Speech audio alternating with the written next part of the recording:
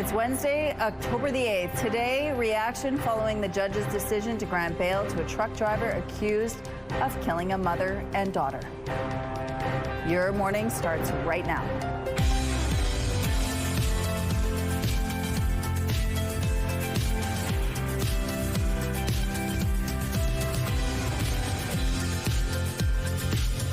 Good morning, Manitoba. It is Wednesday. We're halfway through the week. We are almost at the long weekend. Looking forward to that. And Daniel Homerson is live at Boo at the Zoo today. Yeah, lots of fun. Back. That spooky season, you could just feel it in the air. And so we're going to delve into that a little bit throughout the morning. Talk about some of the things that are going on there, as well as some of the spooky sneak peeks we can get if you want to go visit yourself. Right. With the little ones, there's also an adults only night, which is really fun. And when it gets cool like this, you do want to hang out outside. I like that she's talking about it when it gets cool like this. It's actually so steamy in our studio. We're sitting at a hot 27 degrees right now, so hot. A little bit of a scorcher in here today. But then sunscreen. Right? But then you get those breaks outside. We had a couple of days of like the cooler weather, and honestly, I was out for a walk yesterday. Yeah. I got stung by a wasp while I was out walking, and I was like, how is it still wasp season? I just don't even get this, because I mean, we were below the freezing mark. Right. What are these things doing? They're angry. The wasps are angry, let me tell you. Anyway, we're sitting at 4 degrees right now in I was going to say in the studio. That's not the case. 4 degrees outside in Winnipeg right now with south winds 24 kilometers per hour. The pressure is falling and the humidity sitting at 64%. But just keep that in mind. The wasps are still out and about this time of year, even with those cooler temperatures. Well, now we've got a nice little bit of a warm up, and we're going to experience that throughout the rest of this week. So those couple of cool days that we had, they were below seasonal, but now we're back up to the above seasonal temperatures, and the conditions, those will stay the same. The gorgeous sunny days that we've been having. Plenty of sunshine expected once again, of course, once the sun rises. That'll be happening at about 20 to 8 this morning.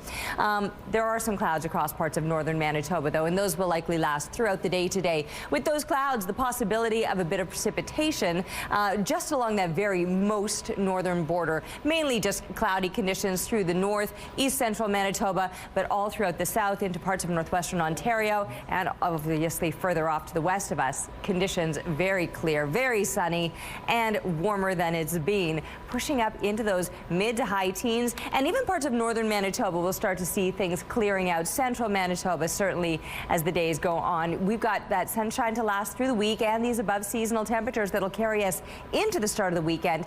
As we're wrapping up the long weekend, though, temperatures will be dropping off a little bit, so kind of brace yourself for a cool down several days out. But for the next stretch of days, it's going to be well above seasonal. So these mid to high teens, plenty of sunshine till the rain hits, and after the rain, things will be cooling down a little bit. Thanks, Terry. A truck driver accused of killing a mother and daughter after running a stop sign near Altona last year has been granted bail. The suspect, charged with 2 counts of dangerous driving causing death, already left the country once, knowingly evading police. Yet a provincial court granted his release. The crash happened west of Altona in November of 2024.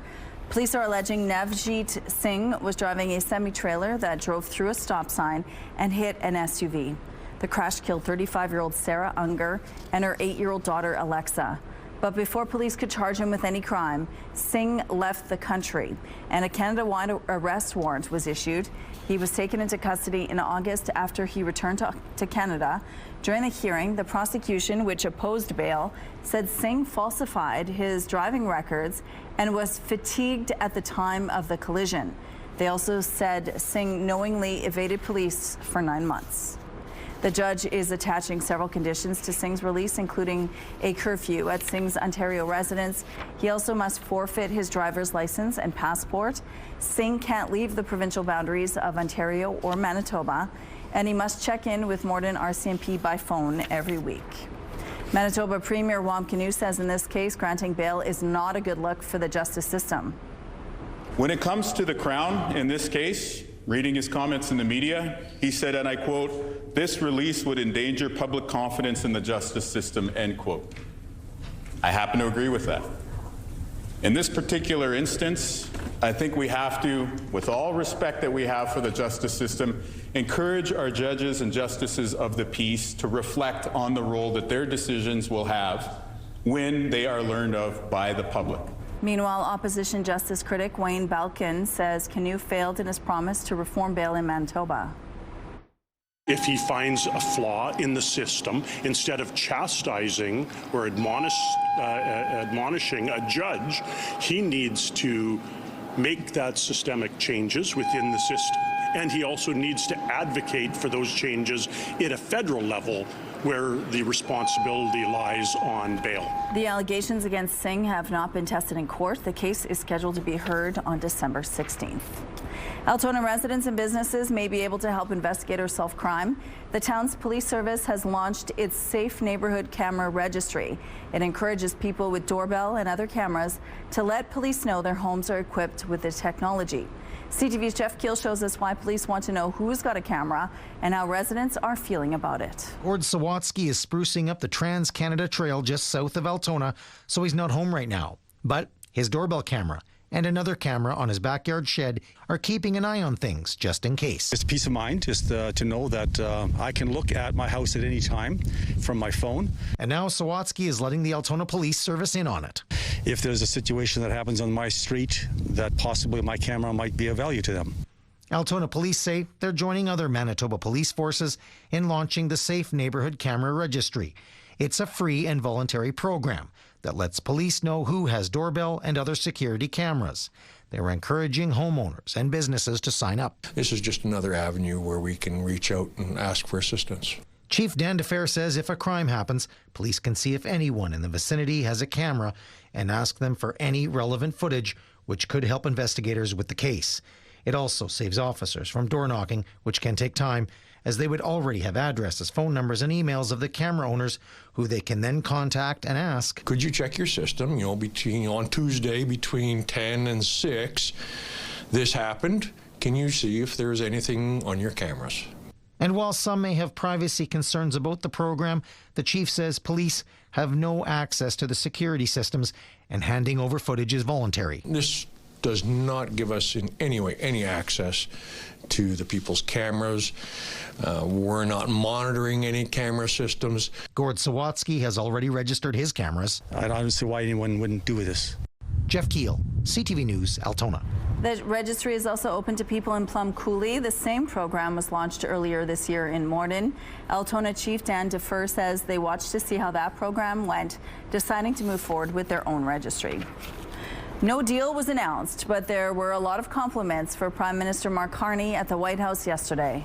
He's a world-class leader. He's a man that knows what he wants, and I'm not surprised to see that he won the election and won it substantially, and I would think he's more popular now. He's a good man. He does a great job, and he's a tough negotiator. Prime Minister Carney will be back in Ottawa today, but work on a deal to remove U.S. tariffs from Canadian goods is still happening. Canada-U.S. Trade Minister Dominic LeBlanc and Foreign Affairs Minister Anita Anand are staying in Washington for more meetings, including a planned conversation between Anand and Secretary of State Marco Rubio. It concluded with the President and the Prime Minister directing us, me and my colleagues and the President, his cabinet secretaries who were there, Ambassador Greer, Secretary Lutnick, and others to continue the conversation. Minister LeBlanc says Carney and Trump directed their teams to move quickly on sector-specific trade deals, starting with steel, aluminum, and energy. And President Trump did tell reporters ahead of yesterday's meeting that Carney was going to walk away, quote, very happy. The Prime Minister had a working dinner with Vice President J.D. Vance. He did not address the media as he left the White House. The puck drops on the Winnipeg Jets season Thursday evening, and we now know who made the opening night roster. Up front, we'll see the likes of Mark Scheifele, Kyle Connor, and Gabe Vilardi, and some new faces too, including free agent acquisitions, Gustav Nyquist and Cole Koepke, along with Moose stalwarts like Brad Lampert and Nikita Shibrakov. Josh Morrissey and Neil Pionk headlined the defensive corps, a group of blue liners all returning from last season. And there's no surprise in net. The league's reigning MVP, Connor Hellebuck, and reliable backup, Eric Comrie, will tend the twine. But four big names are missing from this lineup. Captain Adam Lowry, playoff hero Cole Perfetti, defensive star Dylan Samberg, and Winnipeg's own Jonathan Toews are all battling the injury bug. The Jets hit the ice Thursday against the Dallas Stars here at home. Puck drop is slated for 7 p.m. Here's a look at the current traffic situation now. At Portage at Polo Park, there is a traffic note to tell you about around Cumberland. Cumberland is closed from Sherbrooke to Furby due to a house fire in the area. If you have any other traffic tips to share with us, please text them to us at 10400. Let's go now to Daniel Homerson, who is live at Assiniboine Park Zoo this morning. Boo at the Zoo is back. Good morning. Good morning, Rochelle. Good morning, Winnipeg. It's a rite of passage for the spooky season here in Winnipeg. Of course, it's Boo at the Zoo with Halloween just around the corner. Now, it kicked off Friday night, and it goes right until Halloween. Aside from Mondays and Tuesdays. So Wednesday through Sunday, you can come here to Assiniboine Park Zoo.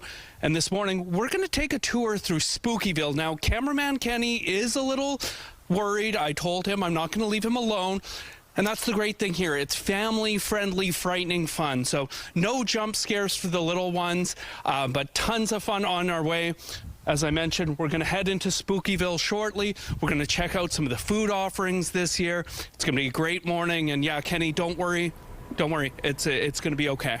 Okay, good. He needs a little bit of guidance. Thank you. Let's go out to the rooftop now. It must feel nice out there right now. It's so much nicer out here than in the studio, but only because I'm properly dressed for it. Yesterday, I needed my mittens, so I brought them. I actually needed them Monday, and I didn't have them, so I brought them yesterday. And, you know, I was actually glad I brought them yesterday because it wasn't just cold outside. It was actually so freezing in our studio yesterday that I needed them at my desk. That's why they fixed the heat for us today. Fixed it.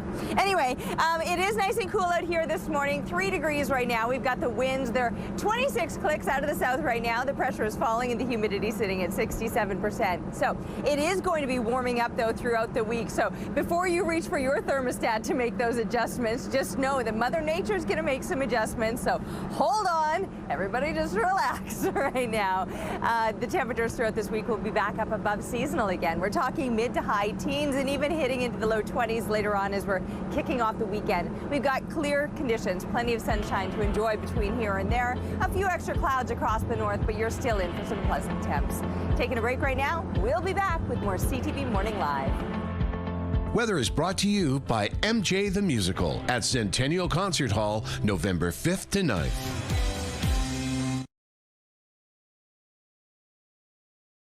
Good morning, it's 6:15. 3 Manitoba politicians, including former Premier Heather Stephenson, are being ordered to pay a combined $40,000 in fines for a breach of ethics. It comes after a provincial ethics report into a controversial silica sand mining project. All those in the House in favor, please rise. Manitoba's Ethics Commissioner found Stephenson, former Economic Development Minister Jeff Wharton, and former Deputy Premier Cliff Cullen tried to push through a controversial silica sand mining project after the Tories lost the 2023 election, but before the new NDP government was sworn in. MLAs voted unanimously to fine Stephenson $18,000, Cullen $12,000, and Wharton $10,000. More details can be found at ctvnewswinnipeg.ca. Some potential measles exposures to tell you about in 3 different areas of our province. They are Winnipeg Adult and Teen Challenge on Kate Street in Winnipeg for 10 hours on September 25th, Beyond Bread in Stonewall. The following day between 12:30 and 3 p.m. Interlake Meta Centers in Stonewall on October 1st between 12:15 and 4 p.m. and Portage Clinic in Portage la Prairie on Saturday between 12:40 and 3:15 p.m. Anyone who was at those locations is asked to check their immunization record and monitor for symptoms. 2 of the leaders of the so-called Freedom Convoy have now been sentenced. Tamara Leach and Chris Barber have each been given 18-month conditional sentences for their roles in the protest that blockaded downtown Ottawa for several weeks. Both were found guilty of mischief in April. Barber was also found guilty of an additional offense of counseling others to disobey a court order. The judge told the Ottawa courtroom the sentences are meant to serve as a deterrent without discouraging participation in political demonstrations. British police say they've taken down a criminal gang accused of smuggling 40,000 stolen cell phones to China. It's the largest ever operation against phone theft, resulting in 46 arrests. The gang could be responsible for about 40% of all mobile phone theft in London. As this footage shows, the crimes usually involved swiping the devices from pedestrians and fast getaways on e-bikes. A Tuesday deadline set by Marineland over the fate of 30 beluga whales has now passed. The closed amusement park in Niagara Falls gave Ottawa until yesterday to respond to its request for emergency funding. Marineland wants money to feed and care for the whales, or they will have to be euthanized. Last week, Ottawa denied permits to move the whales to an aquarium in China. Marineland has also ruled out moving the whales to the Whale Sanctuary project in Nova Scotia. For more than 3/4 of a century, the Winnipeg Symphony Orchestra has been making beautiful music in our community, but in recent years, the WSO has been sounding notes of alarm. The pandemic caused a major financial crisis, and the orchestra has been dealing with it for years. But as CTV's John Hendricks shows you, there is now light at the end of the tunnel. For the past couple of seasons, the Winnipeg Symphony Orchestra's finances have been hitting a lot of flat notes. This year, the arts organization started the season with a $1.3 million shortfall to overcome. My team and I, we had many sleepless nights. You know, we had to say to ourselves, is this the year that the WSO goes down? The answer to that question is a resounding no.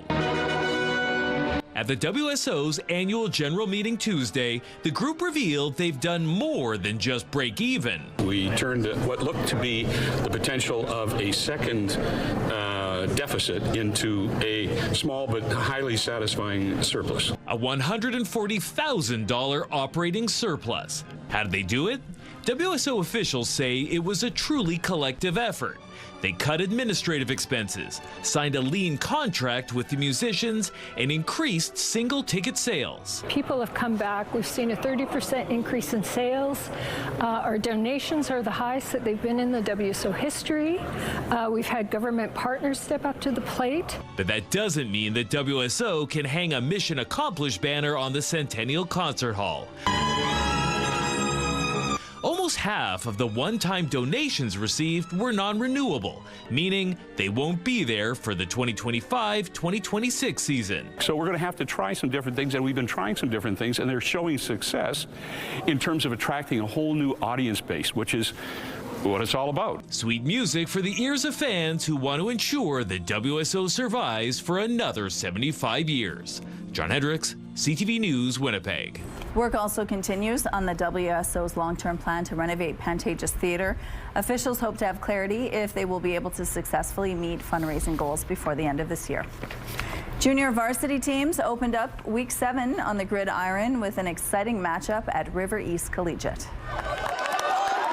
Miles Mac Collegiate won this JV 9 game 35-3. Also in JV football on Tuesday, Brandon's Vincent Massey High School beat Grant Park 20-14, and John Taylor Collegiate won 25-6 against Kildonan East Collegiate. Some road closures to remind you about this morning. Only one lane will be open today in each direction on Grant between Stafford and Pembina. The westbound middle and median lanes on Portage Avenue will be closed from Strathcona to Empress. And the curb lanes will be closed on Kingsbury between McPhillips and McGregor following the morning rush. If you have any other traffic tips to share, please text them to us at 10400.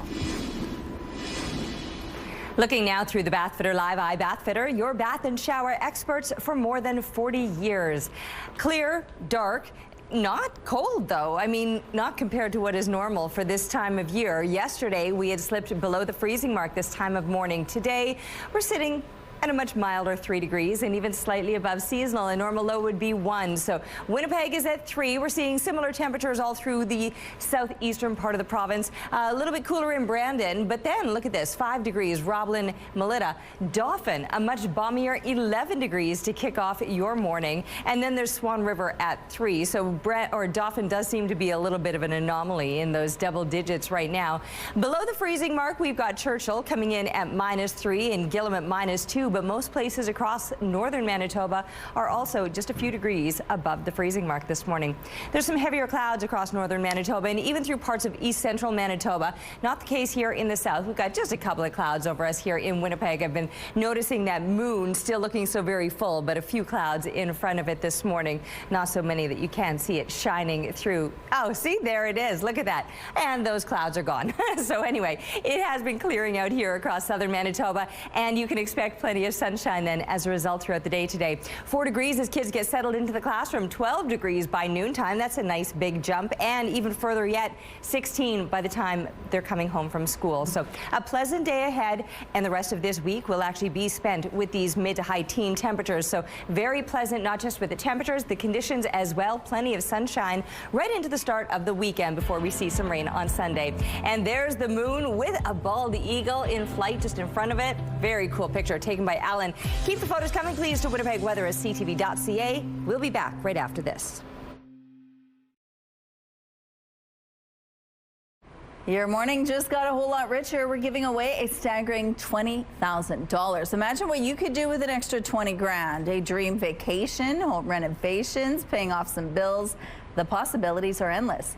Today's code word is treat. Head to the contest page on ctvwinnipeg.ca or scan the QR code on your screen. Enter the code word treat with your info for your chance to win CTV Your Morning Winnipeg's $20,000 giveaway. Good luck. Criminals are pretending to be bank employees working to protect your cash, when in fact they're gaining access to your accounts to steal your money. 2 police departments in Ontario have issued warnings after dealing with 94 reports of the scam so far this year. CTV's Pat Foran has more on how the scammers are taking new steps to make them seem more legitimate. There's some fraud charges that were happening on your card. Kimberly Liu of Toronto says in August she got a call from someone claiming to be with her bank. The person said her accounts were in jeopardy. The phone number appeared to show it was from TD, and the caller knew her personal information, including recent transactions and people on her e-transfer list. So that's why I was like, this sounds very legit. Only a TD Bank employee will have this kind of information, right? Lou was told her bank cards had been used in a skimmer and they needed to be canceled and replaced. They sent someone to her home to pick them up. I gave them my physical card to this courier in the envelope. And then I guess, I don't know what happened after that. They drove off. As soon as they had her cards, they started to empty her accounts. She was scammed out of $32,000. I literally went to my dad. I was like crying. We called TD Bank right away to say, hey, like, this is what's happening. Looking back at the event, I don't know that I would have done anything different just because of how convincing it all was. Mabel Perez Ramirez of Oshawa also got a call saying her accounts were at risk and her cards needed to be replaced. A courier also picked up her bank cards. She was scammed out of $20,000. She was shocked her account could be emptied without intervention by Scotiabank. How has such a large sum of money been taken out all in one day, 1 to 2 days, and they weren't flagged about it? To avoid this scam, never give your bank information or PIN to anyone. Never hand over your bank or credit cards. If a caller claims to be from your bank, hang up. If in doubt, call the number on the back of your card. Both TD and Scotiabank did not reverse the fraud charges. Both victims say banks need to do more to protect their clients. There needs to be more pressure put on banks to be accountable for their role in this. I was hoping to get a house in the next few years. And so with the credit card debt of that much, it's a lot of money. Pat Foran, CTV News.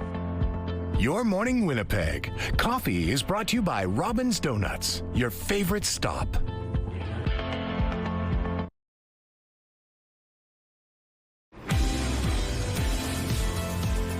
Beautiful start to your morning outside. 3 degrees puts us slightly above seasonal and very clear conditions. Now, there is a bit of a breeze. It's out of the south right now, 26 kilometers per hour. The pressure is falling and the humidity is sitting at 67%. Clear means sunny eventually, but 7:39 is when we're finally going to start to see that sunrise here in Winnipeg. We'll get the day glow in advance of it because the conditions are so very clear, but that sun rising a little bit later each morning and setting a little bit earlier this morning, or pardon me, this evening at 6:52 is sundown. Now, clear conditions expected pretty much throughout the day. You can see there are some heavier clouds across northern Manitoba and east central Manitoba. These will definitely clear out through the central part of the province. Northern Manitoba might see those clouds hanging around a little bit longer throughout the day today, but still to a mix of sun and cloud, and you too can expect above seasonal temperatures, even with little less sunshine than what we're going to see here in the south. With the sun shining over us and warming us up, we're headed above seasonal. 13 degrees, no, pardon me now, 12 is a normal daytime high, and instead we're headed up to 16 today.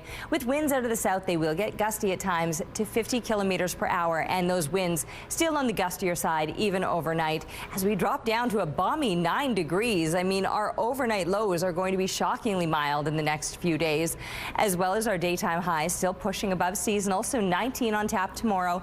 Maybe a few more clouds here or there, and a shift in those winds. They'll be coming out of the north at about 20 kilometers per hour. From there, we're still expected to be in the mid to high teens through the rest of the week, even into the weekend, but the conditions themselves change. We'll eventually see the sunshine disappearing with the rain settling in Sunday, and then you'll notice some cooler temperatures on the other side of that.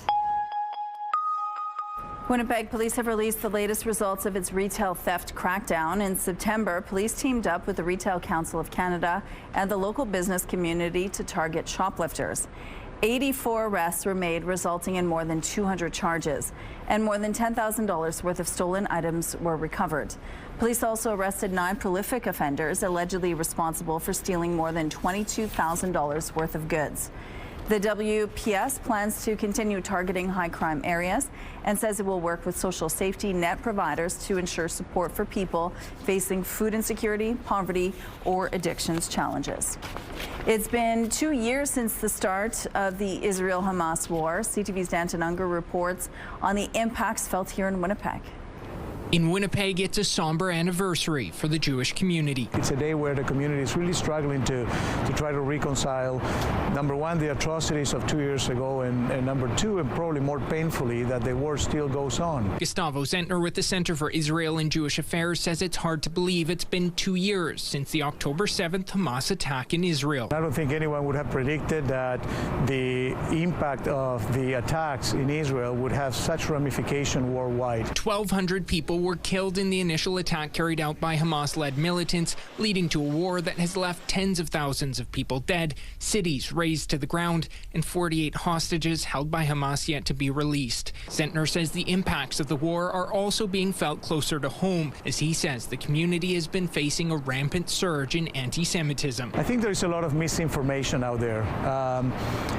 Frankly, Jewish Canadians should not be held accountable for the decisions of the government of Israel. Belle Jarneski has experienced it firsthand. I mean, I have had through email even death threats. Jarneski is the head of the newly formed Manitoba Institute to Combat Anti-Semitism, focused on education. Our only hope is through education.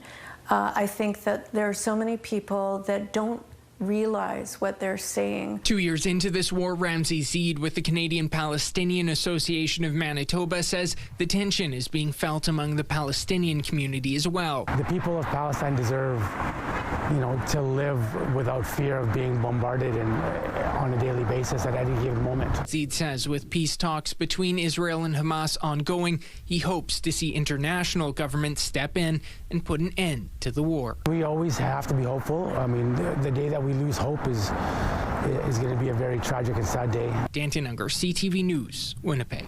Our province's U.S. Trade Council convened Tuesday alongside representatives of the Assembly of Manitoba Chiefs and Manitoba Métis Federation.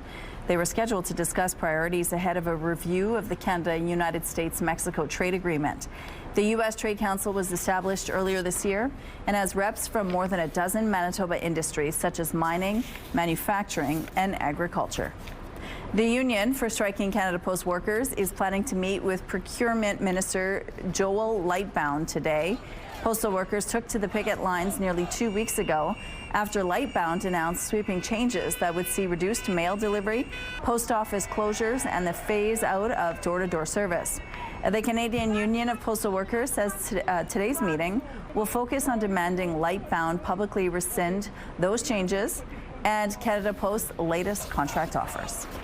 A local food bank is getting some help from a country music legend. Dolly Parton is lending her hand to the Harvest Manitoba Empty Bowls Dinner.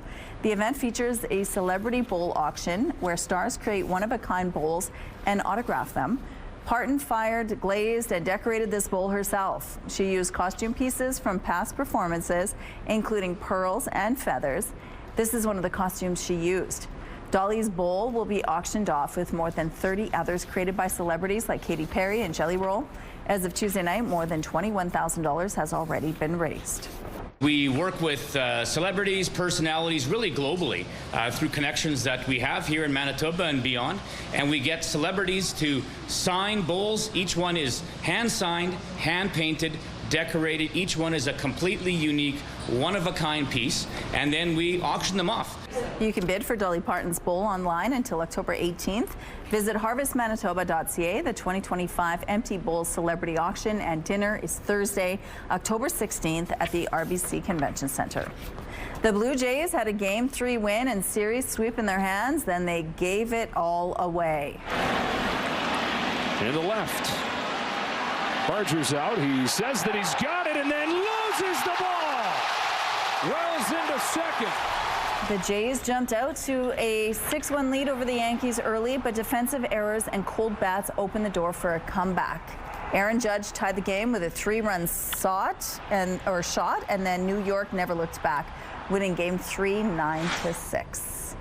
Here's a look at what's going on in traffic at Confusion Corner. It looks like things have picked up quite a bit over here, but overall moving quite well. No issues to tell you about at this part of the city. If you see any problems out there, though, text them to us at 10400. And here's a look now at your gas prices. The Canadian average is $1.34. The provincial average is lower at $1.27. In Winnipeg, the average is $1.26. The lowest price in the city, $1.20. All this info is on GasBuddy.com. The Price at the Pump is brought to you by the Kidney Foundation. Help by donating your card today.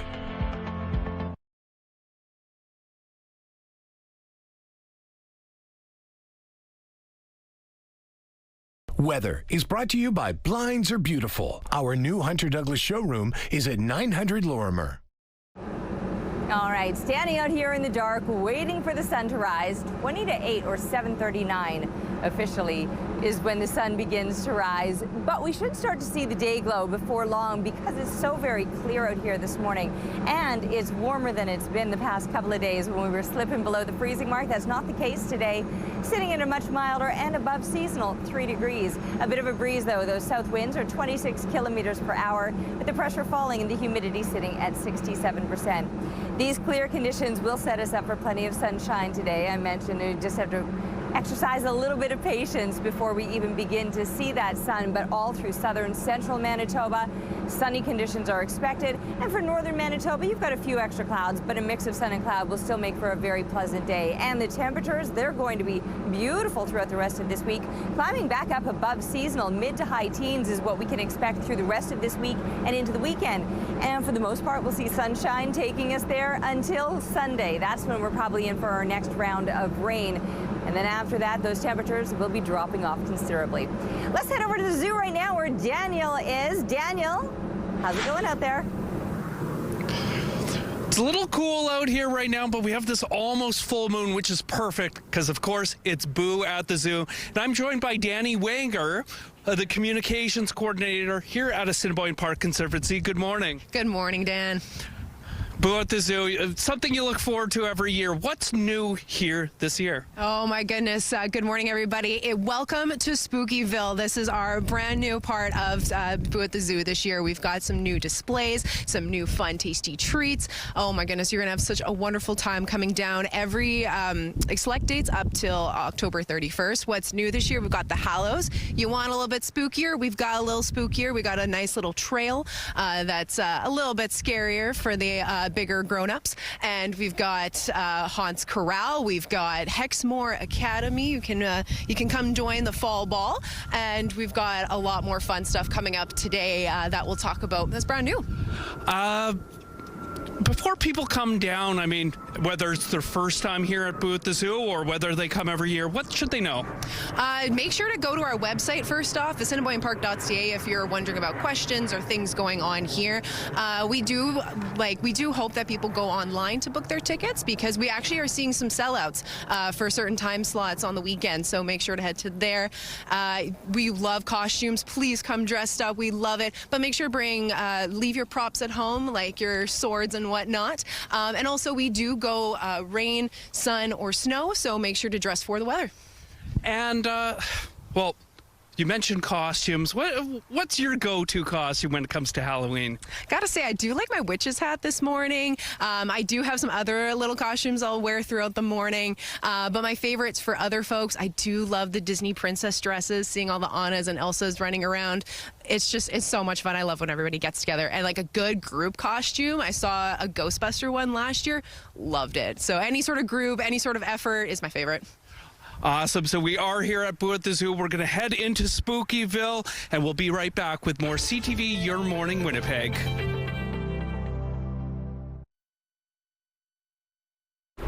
Looking at the early markets, the Dow Jones is trading higher. The NASDAQ is also up, while the S&P index has made a small adjustment. The loonie is trending lower, slipping to 71.70 cents U.S. The Hang Seng lost 128 points. The Nikkei index dropped 215 points. Good morning. It is 6:46. Sentencing has been pushed back for a former hockey coach who pleaded guilty to luring and sexually assaulting a teenage player. A lawyer for Madison Beluk told a judge she's working through some health issues, including from a concussion, and asked for the matter to be held over. Sentencing is now scheduled for January the 8th. Beluk, who was not present, was accused of developing a sexual relationship with a 14-year-old player. The victim eventually posted a video to social media outlining their relationship, which led to a police investigation and charges. September saw record high home prices in the Winnipeg capital region. According to the Winnipeg Regional Real Estate Board, the average price for residential detached homes reached $436,500 last month. Condo prices also rose 70% year over year to more than $297,000. Meantime, Manitoba was the only province in Canada where rental rates went up in September on a year-over-year basis. According to a report by rentals.ca, the average cost for rent rose 2.6% last month to just shy of $1,700. That said, Manitoba's rate is still $500 below the national average. Police in Montreal have released security camera footage in the hopes of identifying the person who abandoned a newborn baby on the doorstep of a home. We're not here to judge, but rather to ensure that you are safe and well supported in the circumstances. Police say they are focused on the well-being of the baby's mother and not on charges. The infant was born premature and was found wrapped in a blanket with his umbilical cord still attached. This happened Sunday night. Police say the baby is in stable condition. Investigators are still trying to determine where the baby was born and whether the mother delivered the baby alone. They're hoping the person seen in the video will come forward or that someone who recognizes them will call police. The dental school at the University of Manitoba is offering free care to those enrolled in the National Dental Care Plan. Health Canada gave the school a grant worth more than $330,000 to cover the costs. Patients now getting partial coverage through the National Dental Care Plan can have their coverage topped up at the U of M. The program helps students too. They need to complete hours of hands-on training to graduate, and offering free care will give students a steady flow of patients. That allows them to be able to hone their skills, so when they graduate and go out into the community to provide services, they have a certain skill set that they're bringing. And so the more patients they see and the greater variety of patients they see, they're, become better prepared to be able to render their services when they graduate. The clinic at 790 Bannatyne Avenue is also offering free care to non-insured patients. The program goes until March 31st or when the funds run out. This year's Nobel Prize in Chemistry goes to 3 researchers in the field of metal organic frameworks.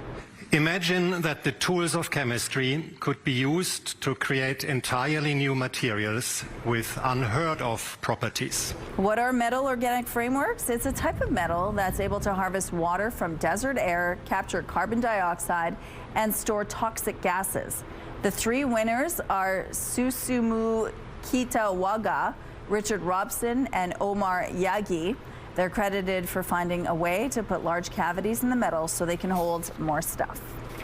A large fiberglass dinosaur named Claire is back in front of a gas station after she was stolen.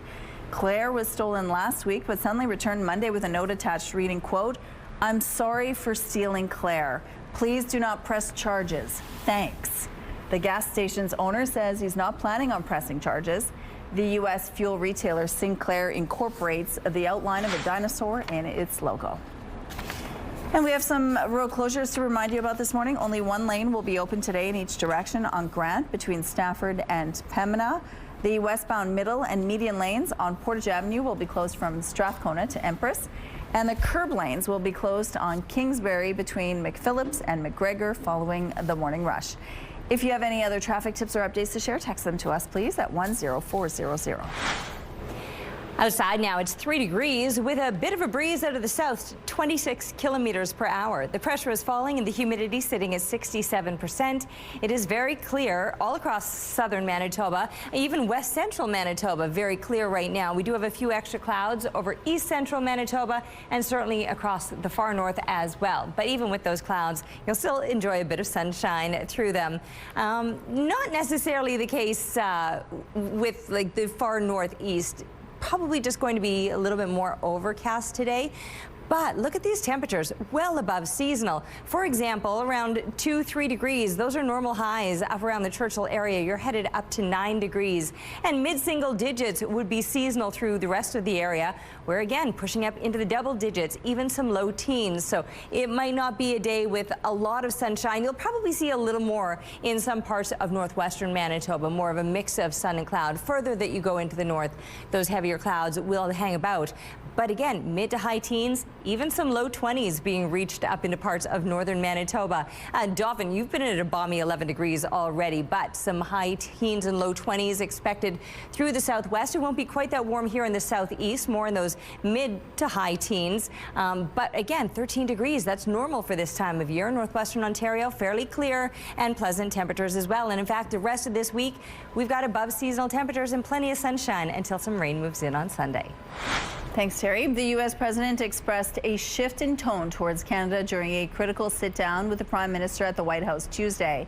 But it wasn't enough to get a resolution, even a partial one, across the finish line. CTV's Mike Le Couture was inside the Oval Office and walks us through what happened next.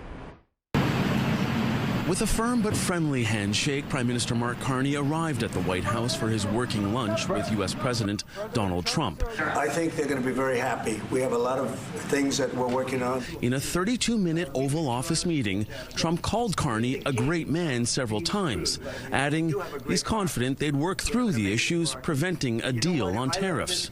He's a world-class leader. He's a man that knows what he wants. And I'm not surprised to see that he won the election and won it substantially. And I would think he's more popular now.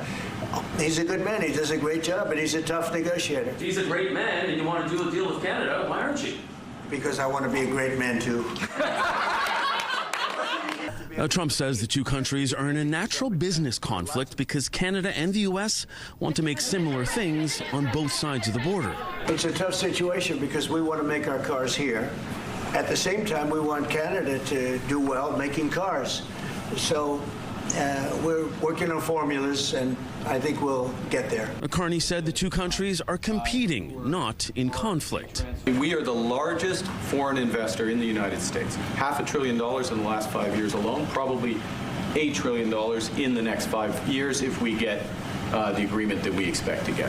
Following the meeting, the minister in charge of Canada-U.S. trade updated reporters on how it went. It concluded with the president and the prime minister directing us, me and my colleagues and the president, his cabinet secretaries who were there, Ambassador Greer, Secretary Lutnick, and others, to continue the conversation and to quickly land deals that will bring, we think, greater certainty in areas where the principal areas would be steel and aluminum and energy. To continue that work, Dominic LeBlanc will be staying in D.C. for the coming days. And this evening, Prime Minister Carney had a working dinner with U.S. Vice President J.D. Vance. Canada's only synchrotron is helping researchers shine a very bright light on scoliosis research. CTV's Hallie Mandrick explains how. Scoliosis is a condition which causes curvature of the spine, which can be very debilitating for the 3 to 4% of the population it affects. A recent study conducted with the help of Saskatoon synchrotron is examining how zebrafish can help researchers with early detection of scoliosis in children and teenagers. They have organ systems similar to humans. They share similar physiology. About 80% of all disease-causing genes are shared with zebrafish. So it allows us to really model human disease states and understand disease mechanisms. The Canadian light source is similar to an incredibly powerful microscope, which allows researchers to see the atoms and molecules that make up different matter. As a species, zebrafish are prone to scoliosis, and learning more about the potential causes can help with early detection and intervention in humans. So looking at, for example, a zebrafish, looking at the spine of a zebrafish, because it's small enough, we can study in the laboratory. We can look at how the spine changes due to oxidative stress, and that helps us understand how a disease like scoliosis will happen in the human. According to Saruna, there is currently no way to determine which children will receive a diagnosis or how severe the condition will become. And right now, the treatment options really are wait and see. And when the curves begin to progress, we can apply braces, or the surgeons can do corrective invasive surgery of the curvatures. While there is still plenty of research and testing to be done, Saruna is hopeful that these findings from Saskatoon synchrotron have brought his team a step closer to a new treatment.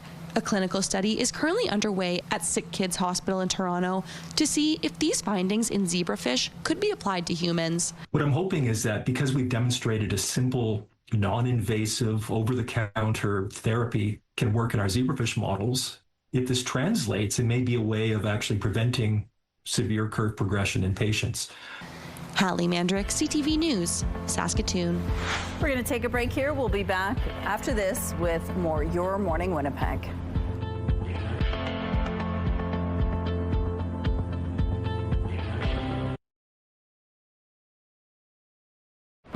It's Wednesday, October 8th. Today, caught on camera how Altona residents will be able to help police solve crimes.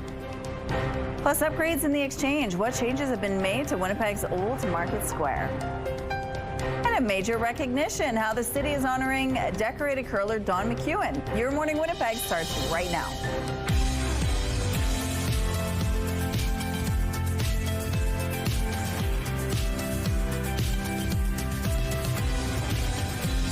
Good morning, Manitoba. Happy Wednesday. It is 7 a.m. We have a great 2 hours for you, including a reaction to yesterday's meeting between Prime Minister Mark Carney and U.S. President Donald Trump. We're going to hear from the Manitoba Chambers of Commerce, who, of course, are watching what's going on in Washington very closely. So we're going to find out a little bit more about that. But also the weather. It was cooler yesterday, but gorgeous outside. You're right. I'm of the mindset that, like, when the sun is shining and we've got blue sky to enjoy, I can tolerate pretty much any temperature. It's just a matter of dressing for it, and today you might want that extra layer on this morning. It's certainly nowhere near as cool as it was yesterday. Yesterday we had dipped below the freezing mark. Now we're sitting at 3 degrees, which is technically above seasonal. +1 would be a normal low. We've got a bit of a breeze that's out of the south, 26 kilometers per hour. The pressure is falling and the humidity is sitting at 67%. So the conditions today, yes, they are beautiful and clear, and we will eventually see that sunshine. 7:39 is when it officially begins to rise. So we're still hanging out in the dark and will for another little while. But with these clear conditions, we'll start to see that day glow quite soon. For northern Manitoba, there are extra clouds that are hanging around, but even there, above seasonal temperatures are expected throughout the day today. You just won't be seeing anywhere near as much sunshine. Now, this stretch of east central Manitoba will likely see those clouds clearing, and they'll likely remain just in the most northern part of the province then. And even over the next couple of days, you'll start to see them clearing out, or at least thinning out somewhat, letting increasing amounts of sunshine through. Now, here in the south, it will remain very sunny, very clear, and warm and above seasonal. warm is relative, but I mean, mid to high teens is what we can expect throughout the rest of this week. And just for a reference point, 12 degrees, that would be a normal daytime high. So we'll be above that with plenty of sunshine right up until Sunday when the rain falls. On the other side of that, temperatures, they're going to be dipping a little bit. And our art today is thanks to Ruby. This is a picture of her raking the leaves in the backyard. What a helpful one you are, Ruby. And thank you for this. Keep the pictures coming, please, to Winnipeg Weather at ctv.ca. 3 Manitoba politicians, including former Premier Heather Stephenson, are being ordered to pay a combined $40,000 in fines for a breach of ethics. It comes after a provincial ethics report into a controversial silica sand mining project. All those in the House in favor, please rise. Manitoba's ethics commissioner found Stephenson, former economic development minister Jeff Wharton, and former deputy premier Cliff Cullen tried to push through a controversial silica sand mining project after the Tories lost the 2023 election, but before the new NDP government was sworn in. MLAs voted unanimously to fine Stephenson $18,000, Cullen $12,000, and Wharton $10,000. More details can be found at ctvnewswinnipeg.ca.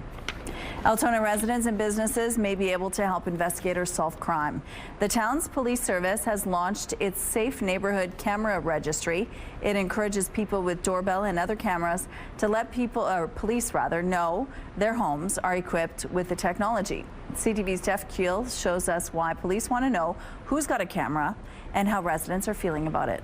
Gord Sawatsky is sprucing up the Trans-Canada Trail just south of Altona, so he's not home right now. But his doorbell camera and another camera on his backyard shed are keeping an eye on things just in case. It's peace of mind just to know that I can look at my house at any time from my phone. And now Sawatsky is letting the Altona Police Service in on it. If there's a situation that happens on my street, that possibly my camera might be of value to them. Altona Police say they're joining other Manitoba police forces in launching the Safe Neighborhood Camera Registry. It's a free and voluntary program that lets police know who has doorbell and other security cameras. They're encouraging homeowners and businesses to sign up. This is just another avenue where we can reach out and ask for assistance. Chief Dan DeFer says if a crime happens, police can see if anyone in the vicinity has a camera and ask them for any relevant footage, which could help investigators with the case. It also saves officers from door knocking, which can take time, as they would already have addresses, phone numbers, and emails of the camera owners who they can then contact and ask. Could you check your system, on Tuesday between 10 and 6, this happened. Can you see if there's anything on your cameras? And while some may have privacy concerns about the program, the chief says police have no access to the security systems and handing over footage is voluntary. This does not give us in any way any access to the people's cameras. We're not monitoring any camera systems. Gord Sawatsky has already registered his cameras. I don't see why anyone wouldn't do this. Jeff Keel, CTV News, Altona. The registry is also open to people in Plum Coulee. Same program was launched earlier this year in Warden. Altona Chief Dan DeFer says they watched to see how that program went, deciding to move forward with their own registry. From the theaters to a courtroom, Cineplex is now fighting a record $38.9 million penalty. The competition tribunal slapped the company with a big penalty last year after it found Cineplex misled moviegoers by not immediately disclosing a $1.50 fee some customers had to pay for booking their tickets online. Cineplex is appealing that ruling by saying customers are told about the fee right away and can skip it by buying tickets at a theater. Experts say this should be a warning sign for other companies that the competition watchdog takes deceptive marketing allegations seriously. A gathering place in the Exchange has a new look. 3, 2, 1. City officials cut the ribbon Tuesday at Old Market Square, celebrating the addition of new artificial turf. The grounds take a lot of abuse every summer. Events like the Jazz Festival, Fringe Fest, and Nuit Blanche all use the venue. And City Councillor Vivian Santos tells us festival organizers asked for the upgrade. In the past, when there were festivals here, the grass every year would be resodded and retreated. And then all it took was a rain, a festival, and then it would be all muddy. So, of course, with that, we wanted to ensure that it looks beautiful and it withstands, the temperatures, the weather, and also the festivities. The turf cost $100,000 to install. It was paid for through the Point Douglas Land Dedication Fund. A local park now officially bears the name of one of our province's most decorated curlers. Berkeley Square Park in Charleswood was renamed to Dawn McEwen Park during a ceremony Tuesday. McEwen was the longtime lead for Jennifer Jones's rink, helping the team become Olympic gold champions. She's also a 5-time Scotties Tournament of Hearts champion and 2-time world champion. I actually was really emotional the day I found out that this is actually happening. And when I was here, I brought my kids a couple weeks ago, and I just felt so, I was very emotional about it. Just the fact that they can come here for years to come and know that Mommy did some pretty cool things. It means a lot to me. Winnipeg already has parks named after Jennifer Jones and the team's second Jill officer. City Councilor Brian May says there's plans to name another park after the team's third, Caitlin Laws. Taking a look at the current traffic situation along McPhillip Street. Looks good here, but we do have one traffic note. A traffic signal pole is laying in the southbound median lane at Archibald and Marion Street.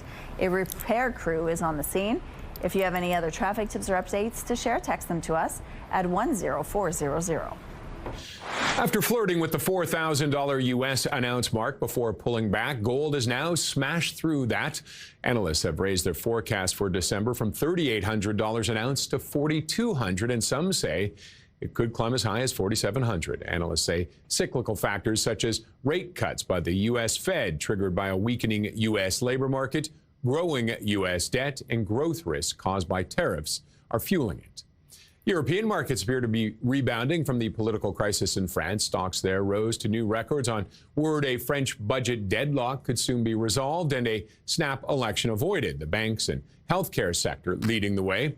Dragging things down were auto and tech. BMW is down 8.7% on news of persistently weak sales in China and tariff-related costs. And some drivers in China are panning Tesla's new budget-friendly models. The Model Y Standard and Model 3 Standard are about 10% cheaper, but don't have things like auto steer, leather seats, radios, and rear seat screens. Some are calling it the beggar's version. It goes on sale next month. Those are your morning business headlines for B&M Bloomberg. I'm Roger Peterson. Let's go back now to Daniel Homerson, who's live at Assiniboine Park Zoo this morning. It's all lit up and ready for the spooky season. Good morning. Good morning, Rochelle. Good morning, Winnipeg. We're here at Boo at the zoo. And something back this year is the giant wheel. Now, I'm told it was missing last year, but they found it. And the great thing is the carnival is part of your admission, so you can come and ride the Ferris wheel as much as you want. Now, Kenny and I are a little scared of heights. That's why we're staying down here on the ground. And speaking of scary, we're going to be heading back into Spookyville at 7:27 to get a little more of an idea of what to expect. And luckily, no jump scares, though. And then you can't trick without treats. So coming up at 7:42, we're going to learn a little bit about some of the food and drink offerings here at the park for Boo at the Zoo this year. And then in the 8 o'clock hour, adults only night happening Halloween. It's the after dark night here at Boo at the Zoo. We'll get all the details on that and plenty more spooky, frightening fun here at Assiniboine Park Zoo. So much fun, and show up in a costume as well. Thank you, Daniel. Let's go out to the rooftop now. If you want to go to Boo at the Zoo, it's going to be nice weather. It's beautiful this week especially. I mean, we've got above seasonal temperatures beginning today. I know the last couple of days have been a little bit cool perhaps, but that's not going to be the case for the rest of this week and into the coming weekend when the mercury is starting above seasonal, but we'll make some really impressive gains as the day goes on. I'm still out here in the dark, but I've got the gorgeous glow off to the east horizon. You can see the shades of orange where the sun will eventually rise. 3 right now is still above seasonal, with 1 being a normal low, and there is a bit of a breeze to go along with it that will get stronger throughout the day. Right now those south winds are 25 clicks, but they could at times this afternoon gust to about 50 kilometers per hour.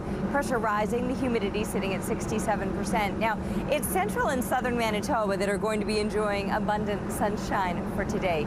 Northern Manitoba, you'll still get really pleasant temperatures, but you won't be seeing anywhere near as much sunshine. Heavier clouds hanging over most of northern Manitoba, and that'll be the case for the next couple of days. You'll start to see those clouds thinning and breaking up a little bit, maybe more of a mix of sun and cloud for tomorrow, but northern Manitoba will still have those clouds. Here in the south, we're barely going to see a single cloud with the clear conditions expected right into the coming weekend, and the temperatures climbing daytime in those mid to high teens. We might even hit the 20-degree mark as we're moving into the weekend itself.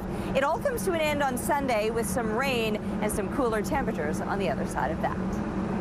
Weather is brought to you by ABC Fire and Safety, your CO2 refill store. It's time now for our question of the day. We want to know, what's your favorite cult classic? You can text your answer to 10400. Please make sure to include your name and follow the automated instructions so we can feature your response. Fall into fashion with Your Morning Winnipeg for your chance to win. To help warm up your wardrobe, we're giving away 3 $500 shopping sprees from Outlet Collection Winnipeg. To enter, head to the contest page on our website, ctvnewswinnipeg.ca, and submit your details. And make sure to join us on Fashion Fridays for the latest in fall fashion from Outlet Collection Winnipeg. We're going to take a break here. We'll be back after this with more news and some entertainment too. Stay with us.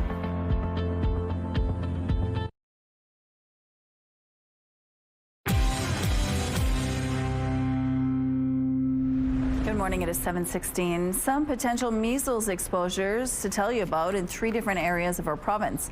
They are Winnipeg Adult and Teen Challenge on Kate Street in Winnipeg for 10 hours on September 25th, Beyond Bread in Stonewall, the following day between 12:30 and 3 p.m. Interlake Medicenters in Stonewall on October 1st between 12:15 and 4 p.m. and Portage Clinic in Portage-la-Prairie on Saturday between 12:40 and 3:15 p.m. Anyone who was at those locations is asked to check their immunization record and monitor for symptoms. Prime Minister Mark Carney and members of his cabinet are in Washington for high-level trade talks at the invitation of U.S. President Donald Trump. It concluded with the President and the Prime Minister directing us, me and my colleagues and the President, his cabinet secretaries who were there, Ambassador Greer, Secretary Lutnick, and others, to continue the conversation and to quickly land deals that will bring, we think, greater certainty in areas where the principal areas would be steel and aluminum and energy. The meeting Tuesday coming after months of Trump slapping massive tariffs on Canada and other countries, and it marks Carney's second trip to the White House since the election. The Prime Minister left the talks with no word on a deal or a break on tariffs. The puck drops on the Winnipeg Jets season Thursday evening, and we now know who made the opening night roster. Up front, we'll see the likes of Mark Scheifele, Kyle Connor, and Gabe Vilardi, and some new faces too, including free agent acquisitions Gustav Nyquist and Cole Kevke, along with Moose stalwarts like Brad Lampert and Nikita Shibrakov. Josh Morrissey and Neil Pionk headlined the defensive core, a group of blue liners all returning from last season. And there's no surprise in net. The league's reigning MVP, Connor Hellebuck, and reliable backup, Eric Comrie, will tend the twine. But 4 big names are missing from this lineup. Captain Adam Lowry, playoff hero Cole Perfetti, defensive star Dylan Samberg, and Winnipeg's own Jonathan Taves are all battling the injury bug. The Jets hit the ice Thursday against the Dallas Stars here at home. Puck drop is slated for 7 p.m. The 53rd annual Albuquerque International Balloon Fiesta is on now. More than 500 balloons are expected to be part of this year's festival. Organizers say it started in 1972 and has grown to be the largest balloon event in the world. The Balloon Fiesta runs until the end of this week. Now, taking a look at the current traffic situation at St. James Bridge, things are moving here quite well. But we do have a traffic note to share. A traffic signal pole is laying in the southbound median lane at Archibald and Marion Street. A repair crew is on the scene there. If you have any other traffic tips to share, please text them to us at 10400. Traffic is brought to you by Mr. Lube Plus Tires. Open late, ready when you are. Time now for some entertainment news. A Winnipeg IT sales specialist is hoping to add a new line to his resume. Winner of MasterChef Canada. I have seen every single episode of MasterChef, and so it's always been a dream of mine to compete on the show. You know, food is such a big part of my life, and that's really why I wanted to compete. Daniel Ebanks is one of the 12 remaining contestants in season 8 of the cooking competition, competing not only for the coveted title, but a cool 100 grand prize.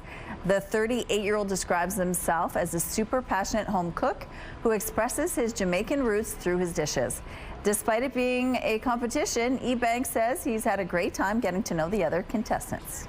I feel like I found my group of people, right? Like, we're all food nerds. We all love food. We're all so passionate about the culinary industry. So it's really great to meet people from, you know, outside of our province, but across the country of Canada, and just bounce ideas off each other, sharing our experiences, our joys, our cultures. Like, it's really cool to hear about different ingredients from different cultures and different recipes. So it's great. MasterChef Canada returned Tuesday evening with a second helping of the season premiere. Spoiler alert, Ebanks is in the next round. Ed Sheeran has announced a new one-shot music experience. This special follows Sheeran along the streets of New York City as he surprises fans with impromptu performances. As the name suggests, it was all filmed in one shot, so with no editing. One Shot with Ed Sheeran premieres on Netflix on November 21st. Your primetime lineup starts at 7 with Shifting Gears, followed by a double shot of Georgie and Mandy's First Marriage. Catch up with The Amazing Race at 8:30, and The Floor wraps things up at 10. It's all right here tonight on CTV, and it's going to be a beautiful night to go outside for a walk. I missed my walk yesterday. I really feel it today. Oh, I'm feeling it too, because I made it out for my walk and I got stung by a wasp, and it still stings. Let me tell you, those things hurt. Yeah, okay. Anyway, look through the Bath Fitter Live Eye right now. Bath Fitter, your bath and shower experts for more than 40 years. And honestly, I saw it buzzing around and I was like, oof, right? And I just did that. And I think it got like stuck in my hair. And like later on, it must have wandered around the back of my neck, like still stuck in my hair. And all of a sudden, like, it just felt like this lightning bolt. And sure enough, like a pain in my neck. I've got a pain in my neck due to that wasp. Anyway. Sad story for me, but just so you know, they're still out and about even with those cool temperatures. Now, it is going to get a lot warmer through the rest of this week. I wouldn't be surprised to see a wasp for the next couple of days. I was just shocked to see one yesterday because it was chilly. Anyway, 3 degrees right now. Similar temperatures through the south, a few degrees above the freezing mark and even slightly above seasonal. 1 degree, that would be a normal low. That's where Brandon is sitting right now. Most of us are a couple above that. And then there's Dauphin, several above that. 11 degrees to kick off your morning. Northern Manitoba, just a few degrees above the freezing mark, up to 7 in the Flin Flon area, but there's a couple places in the far northeast, just a couple degrees below freezing. Now, heavier clouds across northern Manitoba, but clear conditions here through the south, and those clear conditions will eventually mean sunshine and a little bit of warmth as well.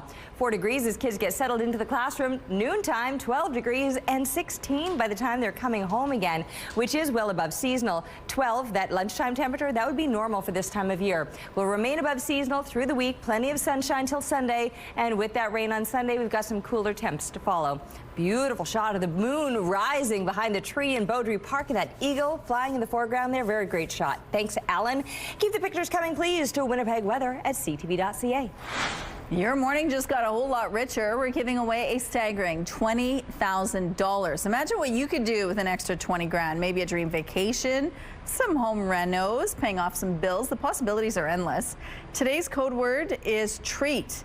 Head to the contest page on ctvwinnipeg.ca or scan the QR code on your screen. Enter the code word treat with your info for your chance to win CTV Your Morning Winnipeg's $20,000 giveaway. Good luck.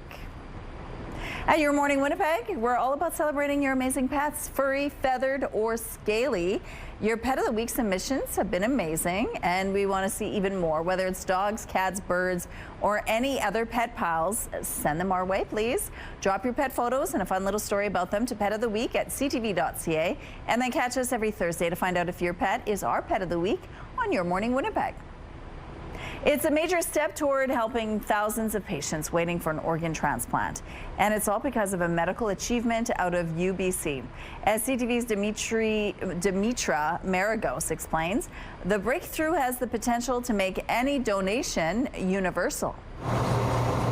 Data from the Canadian Institute for Health Information shows close to 3,500 Canadians are waiting for an organ transplant. Dr. Stephen Withers from UBC says there's a shortage of O-type organs for transplant. And O-type people tend to wait longer on that transplant list. Doctors Withers and Jayachandran Kizakahe-Dathu have developed a method that could make more organs available in the future by creating a method that allows organ transplants across blood types. We developed this method for converting blood from A or B to O-type. This is significant as O-type organs are universal donors. They have found enzymes that remove present surface layer A and B antigens and convert them into O-type antigens. It's a little bit like if you were to rub the paint on your car, take off the surface layer of paint, you would expose the primer underneath. In a first in-human experiment, an enzyme-converted kidney was transplanted into a brain-dead recipient. For 2 days, the kidney functioned without signs of destroying an incompatible organ within minutes. While on the third day, the kidney showed signs of a mild reaction. The transplant surgeons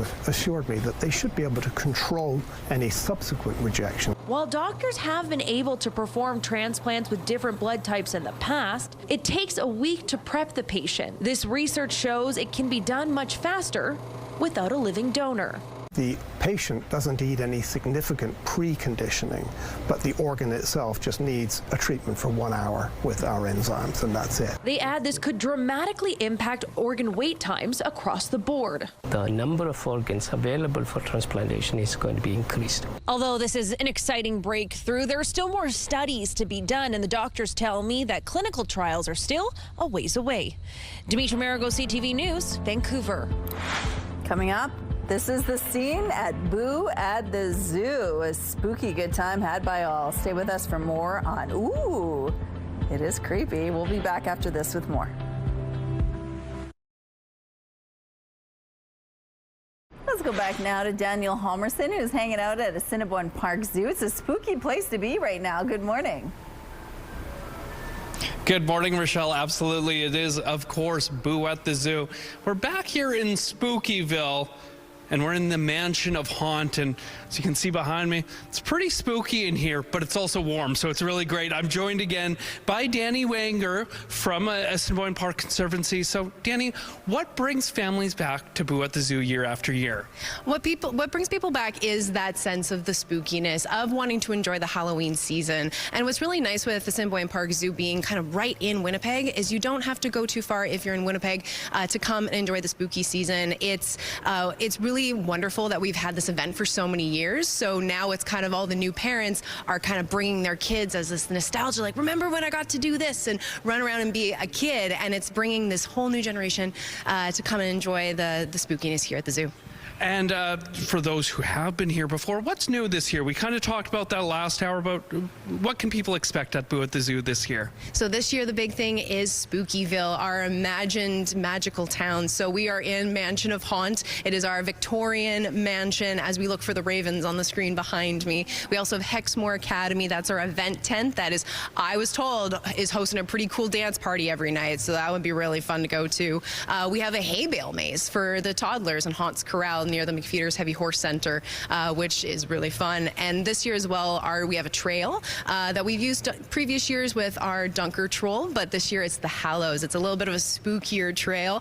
I got scared in broad daylight on that trail, so enter if you dare. And it's for those who want a little bit more spookiness in their experience.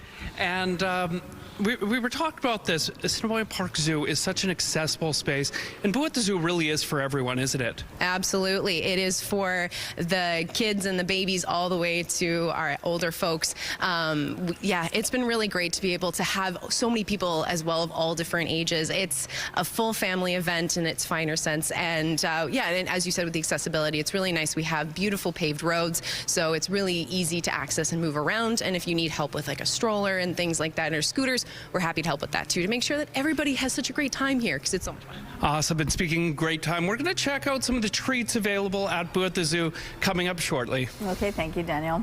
It looks like it would be a good place to visit, even with your costume on. You're going to be warm and you're going to be well protected. That's just it. And I mean, we've actually been like really lucky. I feel like the last couple of years for Halloween, we've really kind of lucked in with, you know, not dealing with maybe what we all remember as a kid, like putting that snowsuit over your parka.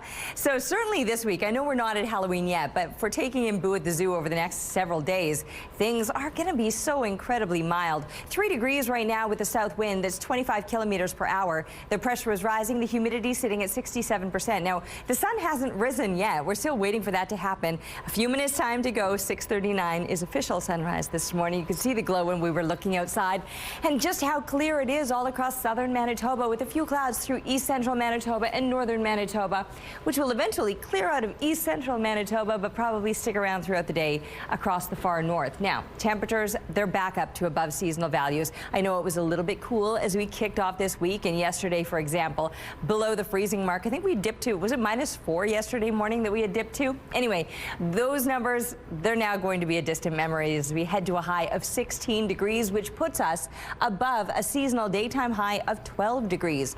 It's going to get a little bit breezy, though. Yes, there will be plenty of sunshine, but those winds increasing out of the south at times, gusting to 50 clicks, and still with those stronger winds overnight, but only dropping down to 9 degrees. And we're going to do that with clear conditions, which seems like a bit of a surprise, because usually it takes some clouds providing that little blanket of insulation to get those mild overnight temps, but not the case tonight.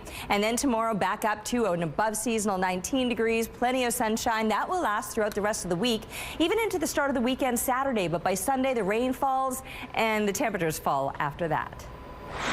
Thank you, Terry. Taking a look now at your gas prices. The Canadian average is $1.34. The provincial average is lower at $1.27. In Winnipeg, the average is $1.26, and the lowest price in the city is $1.20. All this information is on GasBuddy.com. The Price at the Pump is brought to you by the Kidney Foundation. Help by donating your card today. Prime Minister Mark Carney returns to Ottawa today without any deals to remove U.S. tariffs from Canadian goods, but he is leaving 2 of his key ministers behind to keep pressing Canada's case. Carney met with U.S. President Donald Trump in the Oval Office Tuesday afternoon, the second such meeting between the 2 leaders in less than 6 months. Trump told reporters ahead of that meeting that Carney was going to walk away very happy, but showed no signs of relenting on tariffs, and no deal was announced. Joining us now from the Manitoba Chambers of Commerce is Chuck Davison. Good morning, Chuck.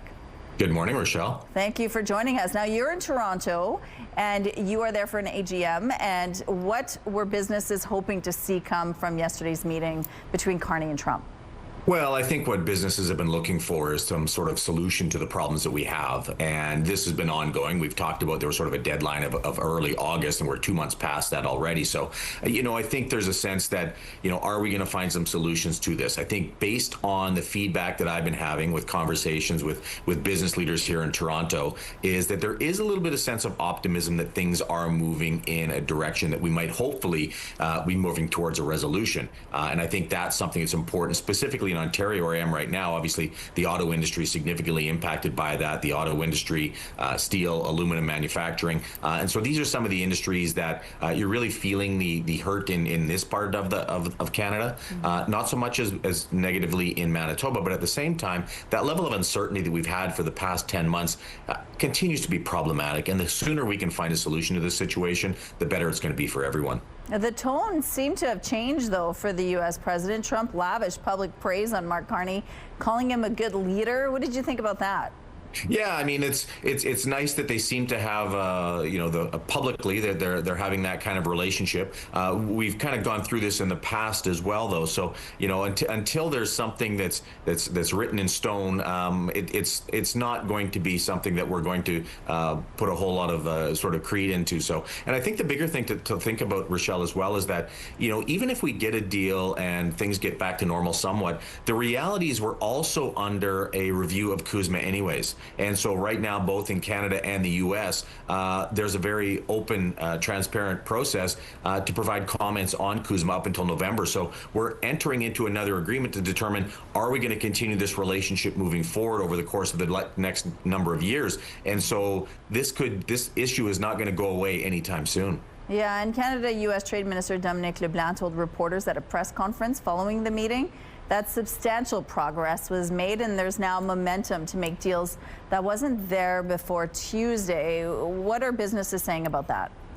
Well, I think that's where there's a bit of a sense of optimism that we are heading into a path. Are we going to get to a situation where there are zero tariffs? I think they're looking to make some sort of a deal that's going to be beneficial, obviously, for both Canada and the United States. And I think that's what we've always intended to do. And, you know, we've also made the comment in the past as well. It wasn't necessarily about getting the deal as quick as possible. It was about getting the best deal for Canada. So our hope is that we're moving more towards getting that great deal for Canada and the U.S. We can continue to have that long-standing relationship that we've always had that's been beneficial to both businesses, to workers, and to governments on both sides of the border.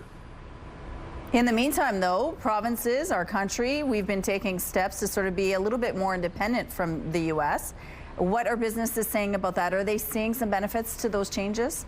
Yeah, we're still seeing that we need to continue to focus on those interprovincial trade barriers. Needs to be something that you know, we've talked about repeatedly over the course of the last number of months as well. That's something that needs to continue. We also need to make sure that we're looking at potential other export markets. Those are things that we've seen different programs coming out from both provincial and federal government to help support businesses as they kind of go down that path. I think at the end of the day, I think the reality is that we're becoming a little bit less reliant on the United States so that we don't kind of go through this situation again, and that we do have trade relationships with countries and jurisdictions around the world that we haven't utilized as much as we should. And now I think is the time that we can diversify a little bit more and pivot for a lot of businesses. Chuck, thanks for your time today. We appreciate it. Have a good trip in Toronto. Thanks, Rochelle. Thank you.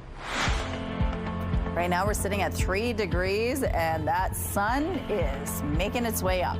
We'll be back after this with more Your Morning Winnipeg. Stay with us.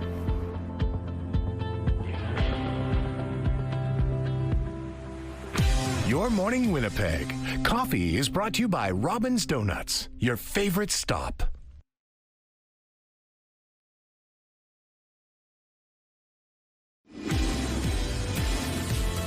All right, 3 degrees right now in the city with winds out of the south, 25 kilometers per hour. The pressure is rising and the humidity sitting at 67%. The sun, it's up now finally, 7:39. That's how late we had to wait to even begin to see. I mean, we saw the day glow in advance of that, and that's because it's so very clear. But yeah, 7:39 is getting later and later each day and setting earlier. I think tonight is going to set at about 6:52, so before 7 p.m. Clear conditions, though, throughout the day. Plenty of sunshine expected. For northern Manitoba, you will deal with those clouds, but even there, above seasonal temperatures are expected.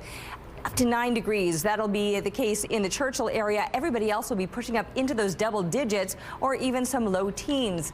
Mainly cloudy conditions. There will be some places that might see a little more in the way of sunshine. Places like Norway House, maybe the Paw. The Paw could get up to 20 degrees today, well above normal. Normal daytime highs in this area would be about high single digits. So we're talking well above seasonal temperatures. Up into those low 20s here through the southwest as well, with plenty of sunshine throughout the day today. Now it is going to be breezier. Those stronger south winds will continue to increase at times. They could be gusting to about 60 kilometers per hour.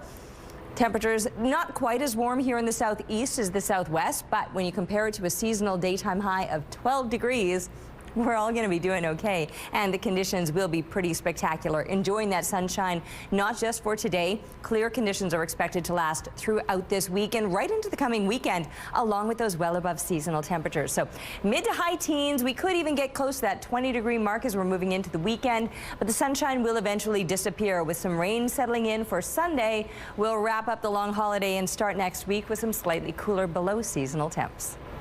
We're trick and treating at Boo at the zoo this morning. Daniel Homerson is there. He's going to show us some of the treats you can expect when you go. Good morning. Good morning, Rochelle. Good morning, Winnipeg. It's a little cold outside for this, but it is quite good. I'm joined by Kristen Robertson, who's the GM of the Tundra Grill here at Assiniboine Park Zoo. Good morning. Good morning. Now tell me, what am I drinking here? So this is our butter beer cocktail, or mocktail, I should say, that you can get at the Weather Vane Eatery. What's in it? So in it is cream soda with vanilla and caramel syrup topped with whipped cream and caramel sauce. And let's switch, and what do we have there? Here I have our Hocus Pocus Punch. So it is fruit punch with ginger ale, and then you drop cotton candy in it covered in glitter, so then the kids get a nice glittery drink. Awesome, and they can actually take home these really cool collectible cups. I think that one has the bear on it. This one is the bear, and then you have our red panda. Very, very cool. And of course, drinks are all fun, but there's lots of treats there. What are some of the new hits this year? So our treats this year, we stick with our classics. So we have our caramel apples. We have our caramel apple with the marshmallow cobwebs and some fun Halloween sprinkles.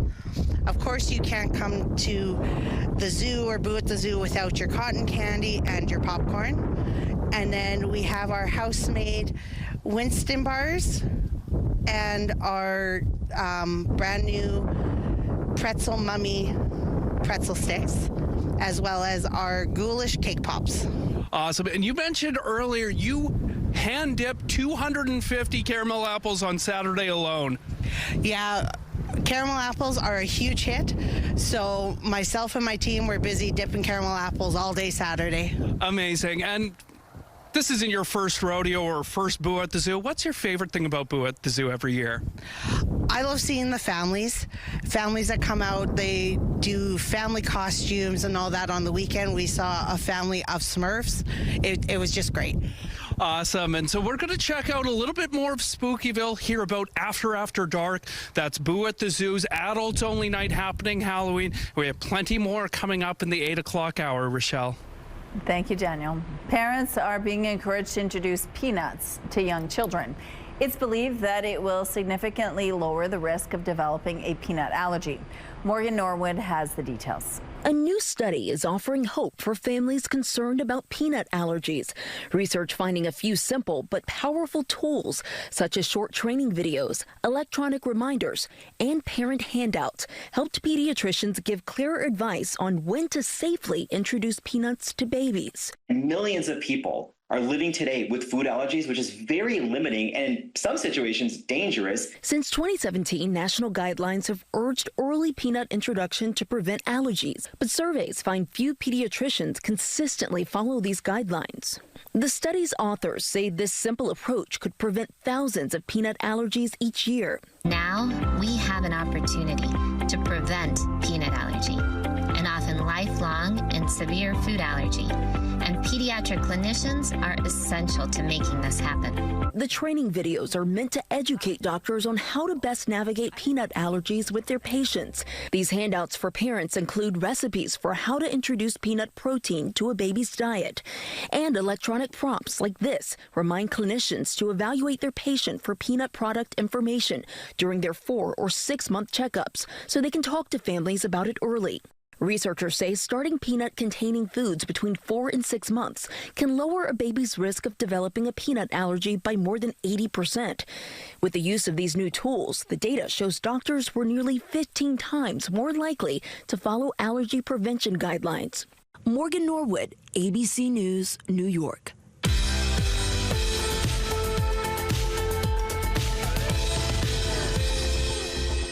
Let's see who's celebrating a milestone today. Happy 10th birthday, Huggy, with love from your mom and dad, Jessica and Grandma and Grandpa. Happy golden birthday to Marilyn. Love and best wishes from your entire family. Happy 15th birthday, Harlow. Love Auntie Merrill, Uncle Eddie, and Tommy. Happy 8th birthday, Adina, from family and friends. Happy 18th birthday, Corey, with love from Grandpa, Papa, Dad, Auntie Jess, and Auntie M.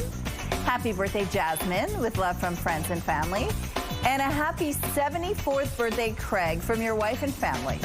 To submit your milestone, visit our website, ctvnewswinnipeg.ca. Fill out the form at least 2 days in advance. It'll also enter you into our monthly contest for a chance to win a $100 gift certificate to Party Stuff.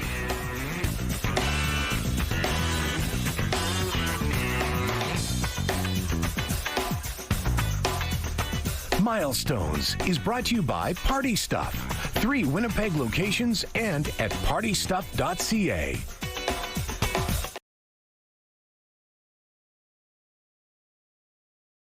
Weather is brought to you by Canadian Footwear, helping you find the perfect fit.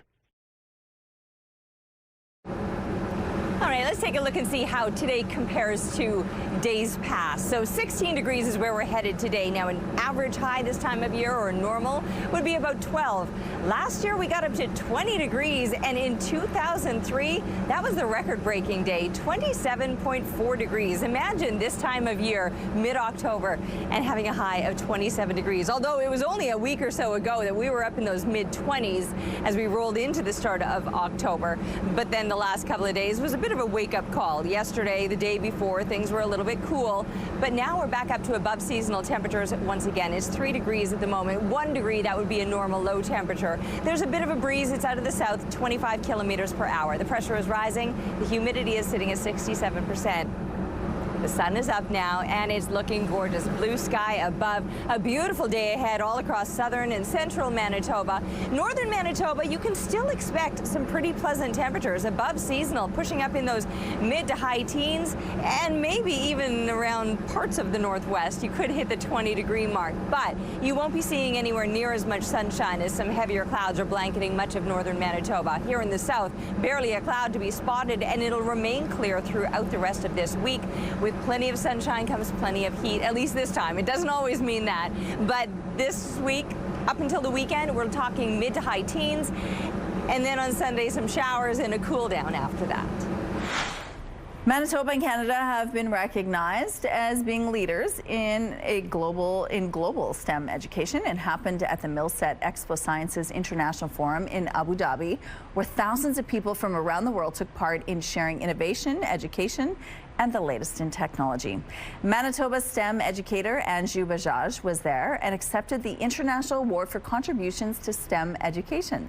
Joining us now is Anju Bajaj. Good morning, Anju. Good morning. Thank you so much for joining us. Now, Abu Dhabi, you were there for a week. Yeah. And you represented Canada and Manitoba. Yes. Tell us about that honor and what it meant to you. So in Abu Dhabi, we had a Millset event that was a global event for the STEM education. So where we had 50 plus countries, they participated, and 2,000 youth from all over the world and 6 regions, they participated.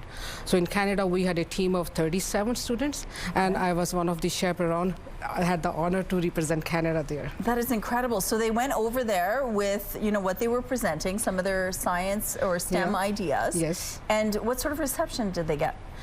They got such a, there was a good cultural exchange program, not only science, because, sometimes the science is taken as a crude subject there too. Yeah. But it was through the cultural medium, through the technology, engineering, and mathematics, and the art, and the AIs and ethics. So this is what we presented it there. And then we were honored with an award. Yes, it was such an honor. In the last time, one of my Bison Regional Science Fair finalists, he got a chance to represent in Canada there. Now it is mean that we participated there, and we got the top 3 delegation award from there. It was such an honor for Canada to have this award on the global stage. What does it mean for future STEM students? It opens so many doors for the students, for the innovation, that from the local science fair, like in Winnipeg, that is science fair is happening, going to the global stage and presenting their projects. So it's opening the many doors, and they have an international collaboration now, international programming is happening. This is what we are doing at the Bison Regional Science Fair too. Okay. So it is happening in April. So this is sort of their chance not only of showing off the skills and the knowledge that they've acquired here in this province, in this country, but they're also learning from others in other parts of the world. Yes, that was. And maybe partnering and building relationships. That's amazing that I was talking to the students when on the way back to the trip. They already have friends from all over the world, and they already exchanged their ideas, their emails. And I said, this is a global connection, global harmony, global peace the little kids are bringing to our world. Yeah. It was so amazing to see the joy on their faces when they were dancing together, showing our dance step, telling them the Winnipeg Jets. We were playing the Winnipeg Jets there and telling them, hey, go Jets, go. Yeah, that is great. That's good. And so did you see any surprises? Like, did they learn or experience any surprises along the way that, we're really ahead of the curve? The AI thing really surprised me. The more and more I see it, but I attended the workshop with the global leaders there, And it was wonderful to see the globe AI and the ethical use, which is much needed in the youth nowadays. That we talk about ChatGPT, we talk about AI, and people kind of scare that, no, this is not a good thing. But I'm learning and I'm trying, I'm ready to challenge and ready to accept the AI things too. This is what I enjoyed the most of the workshop and the NASA workshop, learning about astrology, astronomy, and the space sciences. But AI was a big thing at that mill set. So for youth watching, for parents watching right now, what would you tell them about the importance of STEM? I would say start with an idea. Start again, whatever you have it in mind, explore your ideas, talk to your teacher, talk to the friends, and never hesitate to take some challenges. Explore yourself. Opportunities are there.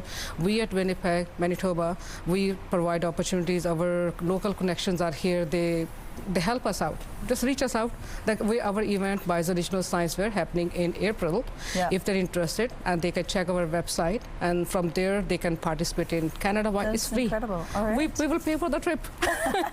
We will pay for that would be a great trip indeed. Well, thank you for sharing this, and congratulations. What an honor, and good for us too, I suppose. Thank you so much. Thank you. Hey there, Lindsay Hamilton inside the Sports Center newsroom with your must-see moment from Tuesday. And for this one, we are taking a trip to the Bronx. It is Game 3 of the ALDS. You got the Blue Jays and Yankees, top 5 here. This game tied up at 6s, and Anthony Santander lines it hard to right. Aaron Judge doing Aaron Judge things. A spectacular diving grab for the out. Got it done with his bat and his glove in this one, and he earns your must-see moment. Meanwhile, today on TSN, we've got Game 3 of the WNBA Finals between the Aces and Mercury. It all begins at 7 p.m. Central Time over on TSN 3 and 4. That's all for now from the Sports Center newsroom. Have a wonderful Wednesday.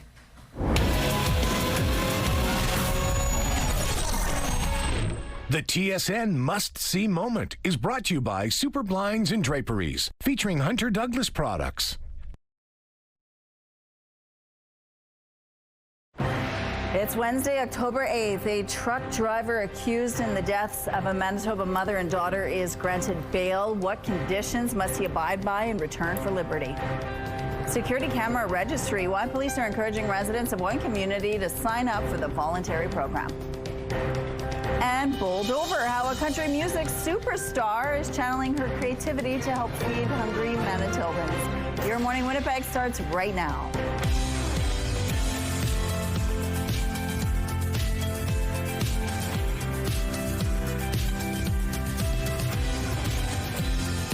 Good morning, Manitoba. It's 8 o'clock on your Wednesday. Thank you so much for being with us. Coming up at 8:15, the Rocky Horror Show is celebrating a huge milestone this year. Me too. 50 years. Can you believe that? Well, a lot of local theater companies are putting on their own version of the show, and so we're going to find out a little bit more on one of those community theater companies and what they're doing and how they're presenting it and how the musical has really formed them as artists. So we're going to find out more about that. Let's do the time warp again. It's such a perfect holiday, or like Halloween holiday kind of. I used to actually have a tradition of watching it Christmas Eve, but I know that's bizarre. It's just that good of a show. Anyway, taking a look at the temperatures, it's heating up. Not outside, just here in our studio. We're now at 28 degrees inside, but only 3 degrees outside. So for us, we have to step outside just to cool down a little bit. But yeah, that's actually 3 degrees is above seasonal. A normal low this time of year would be around 1. So it's very clear, as you can see, plenty of sunshine. Finally, we had to wait till 20 to 8 to even begin to see that rise. South winds are 25 kilometers per hour. The pressure is rising and the humidity is sitting at 67%. Clear conditions. It is looking gorgeous out there. All across southern Manitoba, we're enjoying that sunshine. West central Manitoba as well. East central Manitoba and much of the north, that's where the extra clouds are hanging around for this morning. And will throughout the day across northern Manitoba. Here through east central Manitoba, you're likely to see that clearing out a little bit. And then, yes, clear all across the southern half of the prairies, really into northwestern Ontario. But the heavier clouds will likely linger for a couple of days, eventually starting to kind of push further to the north as you start to see more of that clearing.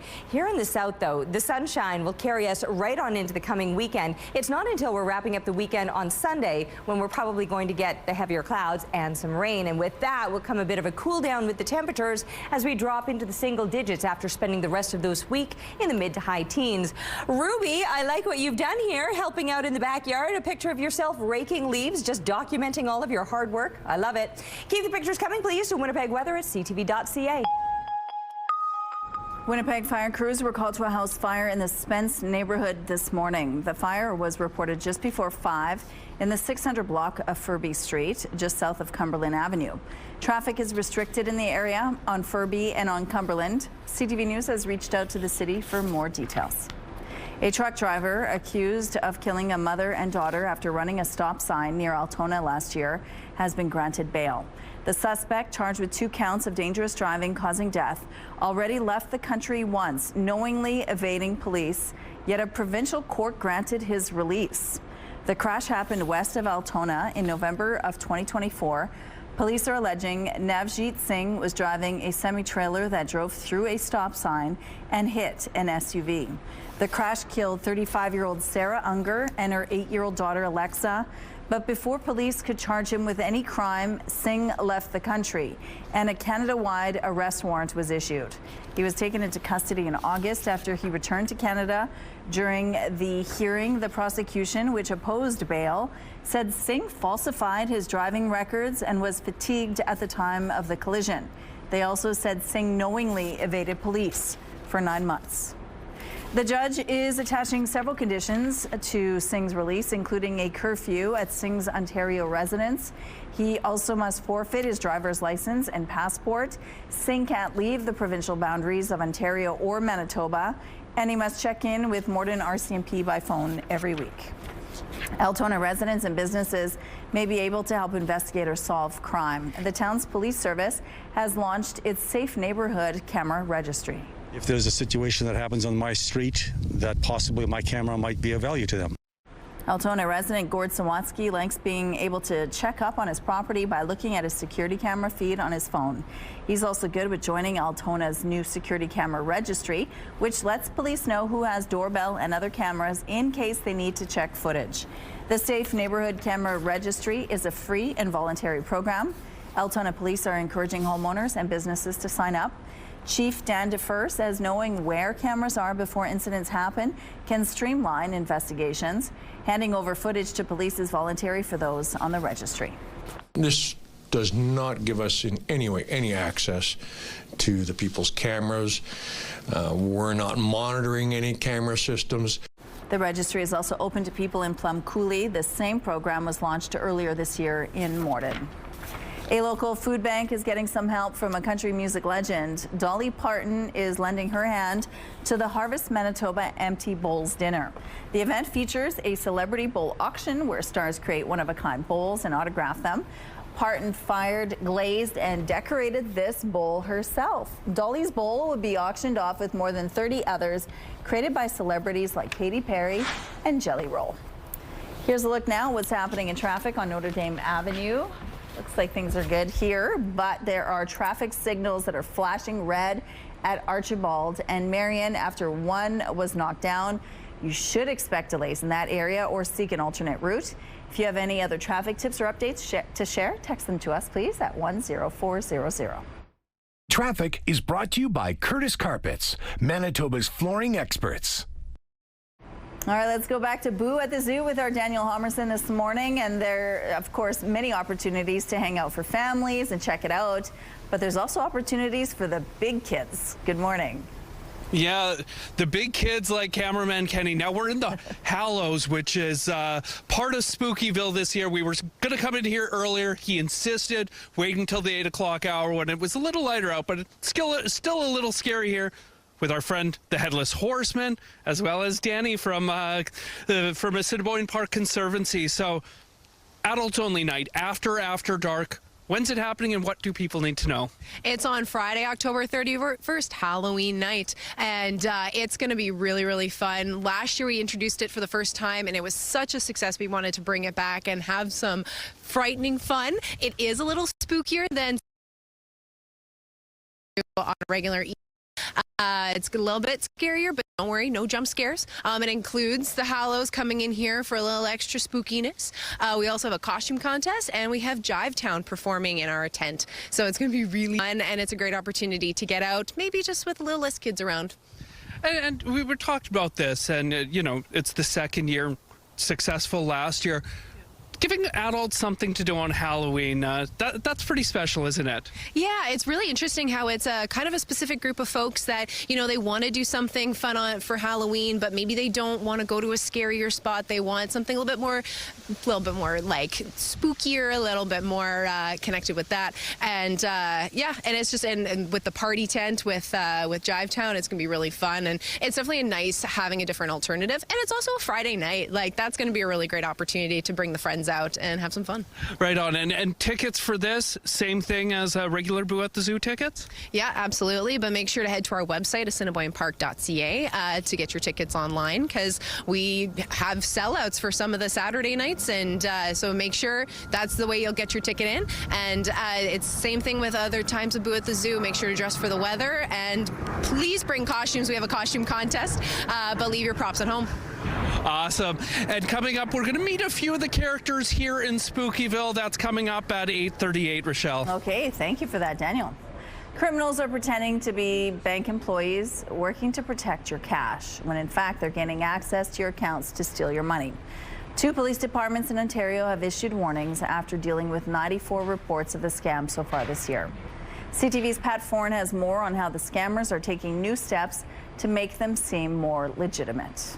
There's some fraud charges that were happening on your card. Kimberly Liu of Toronto says in August she got a call from someone claiming to be with her bank. The person said her accounts were in jeopardy. The phone number appeared to show it was from TD, and the caller knew her personal information, including recent transactions and people on her e-transfer list.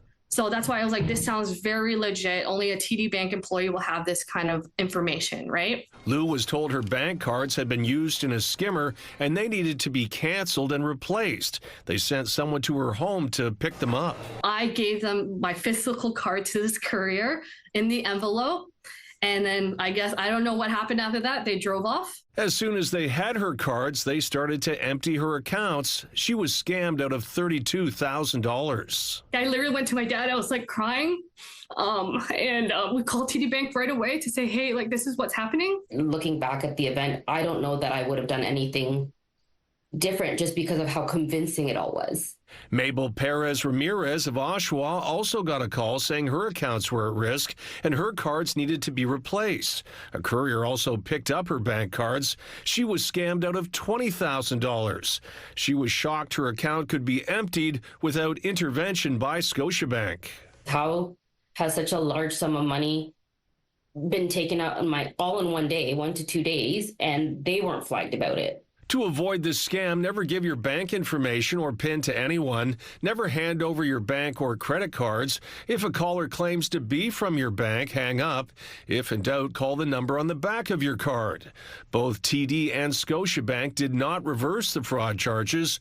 Both victims say banks need to do more to protect their clients. There needs to be more pressure put on banks to be accountable for their role in this. I was hoping to get a house in the next few years.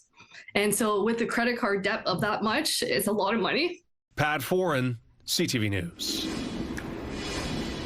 A look now through the Bath Fitter Live Eye. Bath Fitter, your bath and shower experts for more than 40 years. How beautiful does it look outside? Clear and bright, barely a cloud to be spotted, and it's even starting to warm up. We were at 3 degrees last hour. We're now coming in at 4, and in fact, 3, our coolest temperature, is above seasonal. 1 degree, that would be a normal low for this time of year. So all of us are sitting, for the most part, seasonal or above. It is a little bit cooler over in Brandon right now at the freezing mark. But you remember yesterday, we were all several degrees below freezing. So things are looking and feeling a little bit better today. Not looking as good necessarily across parts of northern Manitoba, and that's because you've got all of the extra clouds hanging around. But as a result, some very mild temperatures, mid-single digits through most of the north, a little bit cooler over here in the northeast, just a couple degrees below the freezing mark. Heavier clouds all across northern Manitoba and even east central Manitoba, waking up to a few extra here in the south. It is quite clear and it'll stay that way today. Plenty of sunshine expected throughout the day today. Plenty of warmth to come along with that sunshine too as we get settled into the classrooms. 4 degrees expected and then 12 by noontime. That is in fact a normal daytime high, but we'll be surpassing it as we reach up to about 16 degrees this afternoon. Still mainly sunny conditions right throughout the day and into into the rest of the weekend. By the time we're wrapping up the weekend, I shouldn't say wrapping up the weekend because it's a long weekend. So Sunday looking a little bit soggy, and then as we're wrapping up the long weekend and looking ahead to next week, we'll see those temperatures dropping off just a few degrees. We're taking a break right now. We'll be back in a moment. Good morning. Your morning just got a whole lot richer. We're giving away a staggering $20,000. Imagine what you could do with an extra 20 grand. Maybe a dream vacation, home renovations, pay off some bills. The possibilities are endless.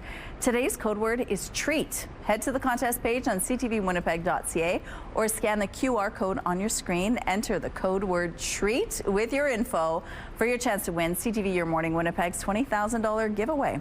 Tune in tomorrow for another code word. Good luck. After flirting with the $4,000 U.S. ounce mark before pulling back, gold has now smashed through that.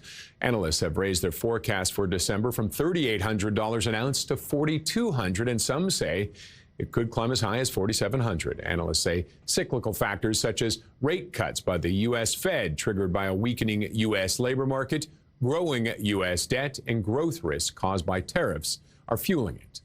European markets appear to be rebounding from the political crisis in France. Stocks there rose to new records on word a French budget deadlock could soon be resolved and a snap election avoided. The banks and healthcare sector leading the way.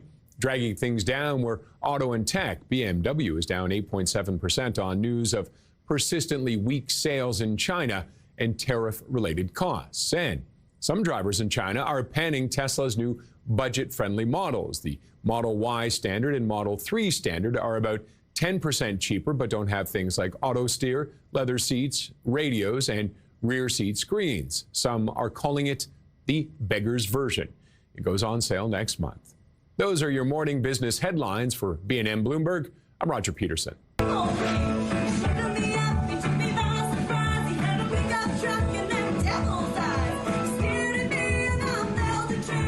A cult classic is taking us on a time warp again. The Rocky Horror Show is celebrating its 50th anniversary. The dramatic theater company is putting on a show to celebrate the musical, and joining us now are the co-directors of the show, Laurie Fisher and Alana Penner. Good morning to both of you. Good morning. Thank you so much for doing this with us. Now, it's hard to believe, but the Rocky Horror Show is 50 years old. Why was it such a hit, and why is it still a cult classic today? I think it was a musical that was ahead of its time. A lot of the things that we see and we do on stage were shock back then, but a reality today. And I just think it was a musical that was ahead of its time, but it's a fun musical. It really, obviously sexual in content. We ask that audiences be over 16 years old. But yeah, I think it was ahead of its time because every time I go to sell a ticket now, or I'm sitting in a coffee shop and I mention, or they see my script, oh, Rocky Horror Show, it's always the same reaction. They love it. There were so many creepy little things about the show, creepy and fun. Like so many little details that even the first time I saw it, like even his lipstick, how glazed and sticky it looks. Like so many little things that stand out for me. Why do you think people are still talking about it? Well, I mean, Richard O'Brien, when he wrote this, it was a love letter to the movies that he grew up watching. So we're talking about science fiction, we're talking about B-movie acting, rock and roll, drag, glam, and muscle movies. So it just became like there's something in it for everyone. Yeah. And anyone who's ever felt like an outsider can relate to some aspect of the story. Okay, so many places are just showing the movie to celebrate the 50th anniversary. You're putting on a full show. Tell us about the show. Well, we're doing the full musical, and basically most people know that it's centered around Frankenfurter and the story around the aliens, and you have a couple of earthlings who get lost in the country, who end up in this mansion, and are totally shocked by what they see, and eventually become kind of part of it. And we throw different characters in, and I think, as Alana said, there are different characters that people can relate to. And even though some of them are aliens, yeah, I felt that way before, and I think it's just, as I say, it's fun, but that's why people can relate to it. And we just started by showing some video of rehearsals. Yes. And how much fun is it in rehearsal even? I won't go into details because we have so much fun. I probably shouldn't discuss it. But we're constantly laughing and we're belting these songs at the top of our lungs because we're having just a wonderful time collaborating. It's wonderful. The energy, I've been directing for 50 years. And this show is different. Justin of the Dramatic Theatre Company has really chosen a great show. And I was sitting with him the other day, and we just looked around the room, and the energy level, people were rehearsing in one corner, and they were just laughing in another. And it's unlike, you know, sometimes you get casts that are kind of sitting there just waiting to be told what to do. This cast is a very proactive cast. They're in. And high energy. Aww. High energy, ready for lots of fun. They know we're walking the line of morality, yes, of course, yes. but it's fun. So this you're showing from Halloween to November 2nd. Lots of tickets available? Yes, there are lots of tickets available, and people can get them. We have a code. They can get them online as well. And we have a link on our website as well. Thank you. Great. Good luck with the show. Thank you. All right, outside this morning, it is beautiful and sunny, standing under this stunning blue sky, and the temperatures aren't bad either. We've been above seasonal all morning long, now warming up to 4 degrees from 3 last hour. Just to reference what's normal for this time of year, 1 for a low temp. The winds, they are a little bit strong. You'll notice them getting even stronger today. At the moment, they're out of the south and gusting to 36 kilometers per hour. The pressure is rising and the humidity sitting at 64%. But yeah, blue sky above. It's looking good out here, and if you throw that extra layer on, you'll be quite comfortable today. And in fact, it's going to be a warmer day today than it was when we kicked off the week, and through the rest of the week and into the weekend, above seasonal temperatures are expected with plenty of sunshine across southern Manitoba. Though it's a bit of a different story up north. You've got some heavier clouds that'll be hanging around throughout the day today, but even there, without the sun, you can still expect above seasonal temperatures in the double digits or low teens in the northeast to mid to high teens in the northwest, maybe even hitting that 20-degree mark. That's where southwestern Manitoba will be in the low 20s. Slightly cooler here in the southeast, mid to high teens, but we'll stay there for the rest of the week and into the coming weekend. That full moon last night, what a stunning shot Alan was able to capture out of Beaudry Park. Thanks for this, and keep the pictures coming, please, to Winnipeg Weather at CTV.ca. We're taking a break. We'll see you soon.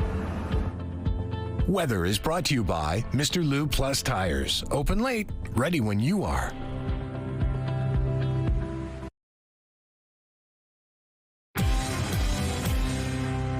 Thanksgiving is nearly here, and if you're hosting this year, you may be looking for some creative ideas to make things simple yet memorable. With some creative ideas, we're joined now by DIY and lifestyle expert Denise Wild. Good morning, Denise. Good morning, Colleen. So nice to see you. Now, Thanksgiving, can't believe it's almost here, but let's start with mood. Very important. How can you set the tone for an incredible event? Absolutely. You know what? Setting up and decorating your space is step one to having people over and having a great holiday season. So let's start with a little bit of decor. Bring in those warm colors, those rich textures, those fall objects, just anything that will bring in the warmth of the season, whether you're decorating your fireplace mantle, maybe decorating a little vignette on a side table, or elevating your harvest table. These are all from Walmart. They have all of your Thanksgiving essentials under one roof at low, everyday prices. Just everything that you want and so much more. You can, of course, shop in store, but you can also shop online at walmart.ca, and they have free fast shipping on qualifying orders over $35. I have their subscription service. It's amazing. Basically, one-stop shop for all things Thanksgiving. Perfect. And that all looks gorgeous, too. Now, drinks, very important, Denise. How about a drink everyone can enjoy? Right, exactly. So I love the idea of having a great mocktail for everyone to enjoy. This is a great fall one. I started off with some raw apple juice as a base. I added some caramel syrup and some ginger ale, some apple slices and apple chunks. So delicious. Everyone will love it. And here's a great hack for Thanksgiving hosting. Actually, this is great to have year round. This is a compost genie. It is a compost collection bin that makes cleanup easier. It's sleek. It's spacious, it's stainless steel, it has a hands-free foot pedal plus a carbon filter and ventilation system to keep odors at bay and reduce moisture. And then you just tie off the bag for your curbside collection and then start fresh. Super easy. Now, Denise, I remember crafting things for Thanksgiving as a kid. What do you think? Yeah, I mean, it was a while. It's been a minute. So what do you, a few minutes actually. What do you suggest for a craft to get the kids involved? Exactly. So these are perfect crafts for the kids' table. I made some fall corn, like a cornucopia. This is really easy to make using pipe cleaner and then some pony beads. So just get creative, put all the beads on. This will keep the kids busy. They'll love to do it. Once you have the beads on, you can twist and turn the pipe cleaners together until you get this beautiful shape. And just so much fun to keep everybody entertained, keep everybody hands-on, and then this adds to your decor. Great. Now, I'm going to ask you this one quickly because it's important. Is there anything else you can recommend for the kids to keep them entertained while they're waiting for dinner? Right, exactly. We need to keep those kids busy, so let's do more crafts. These are little leaf monsters. You can use real collected leaves. I use just leaves from the dollar store or the craft store. Glue on some googly eyes, add some little teeth, and have fun. Perfect for entertaining. And then you've got the beautiful setup. You have the drink. All we're doing is waiting for the food now. Sounds perfect. Denise, thank you so much, and happy Thanksgiving to you. Thanks, Colleen. Happy Thanksgiving, everyone. Your Morning Winnipeg. Coffee is brought to you by Robin's Donuts, your favorite stop.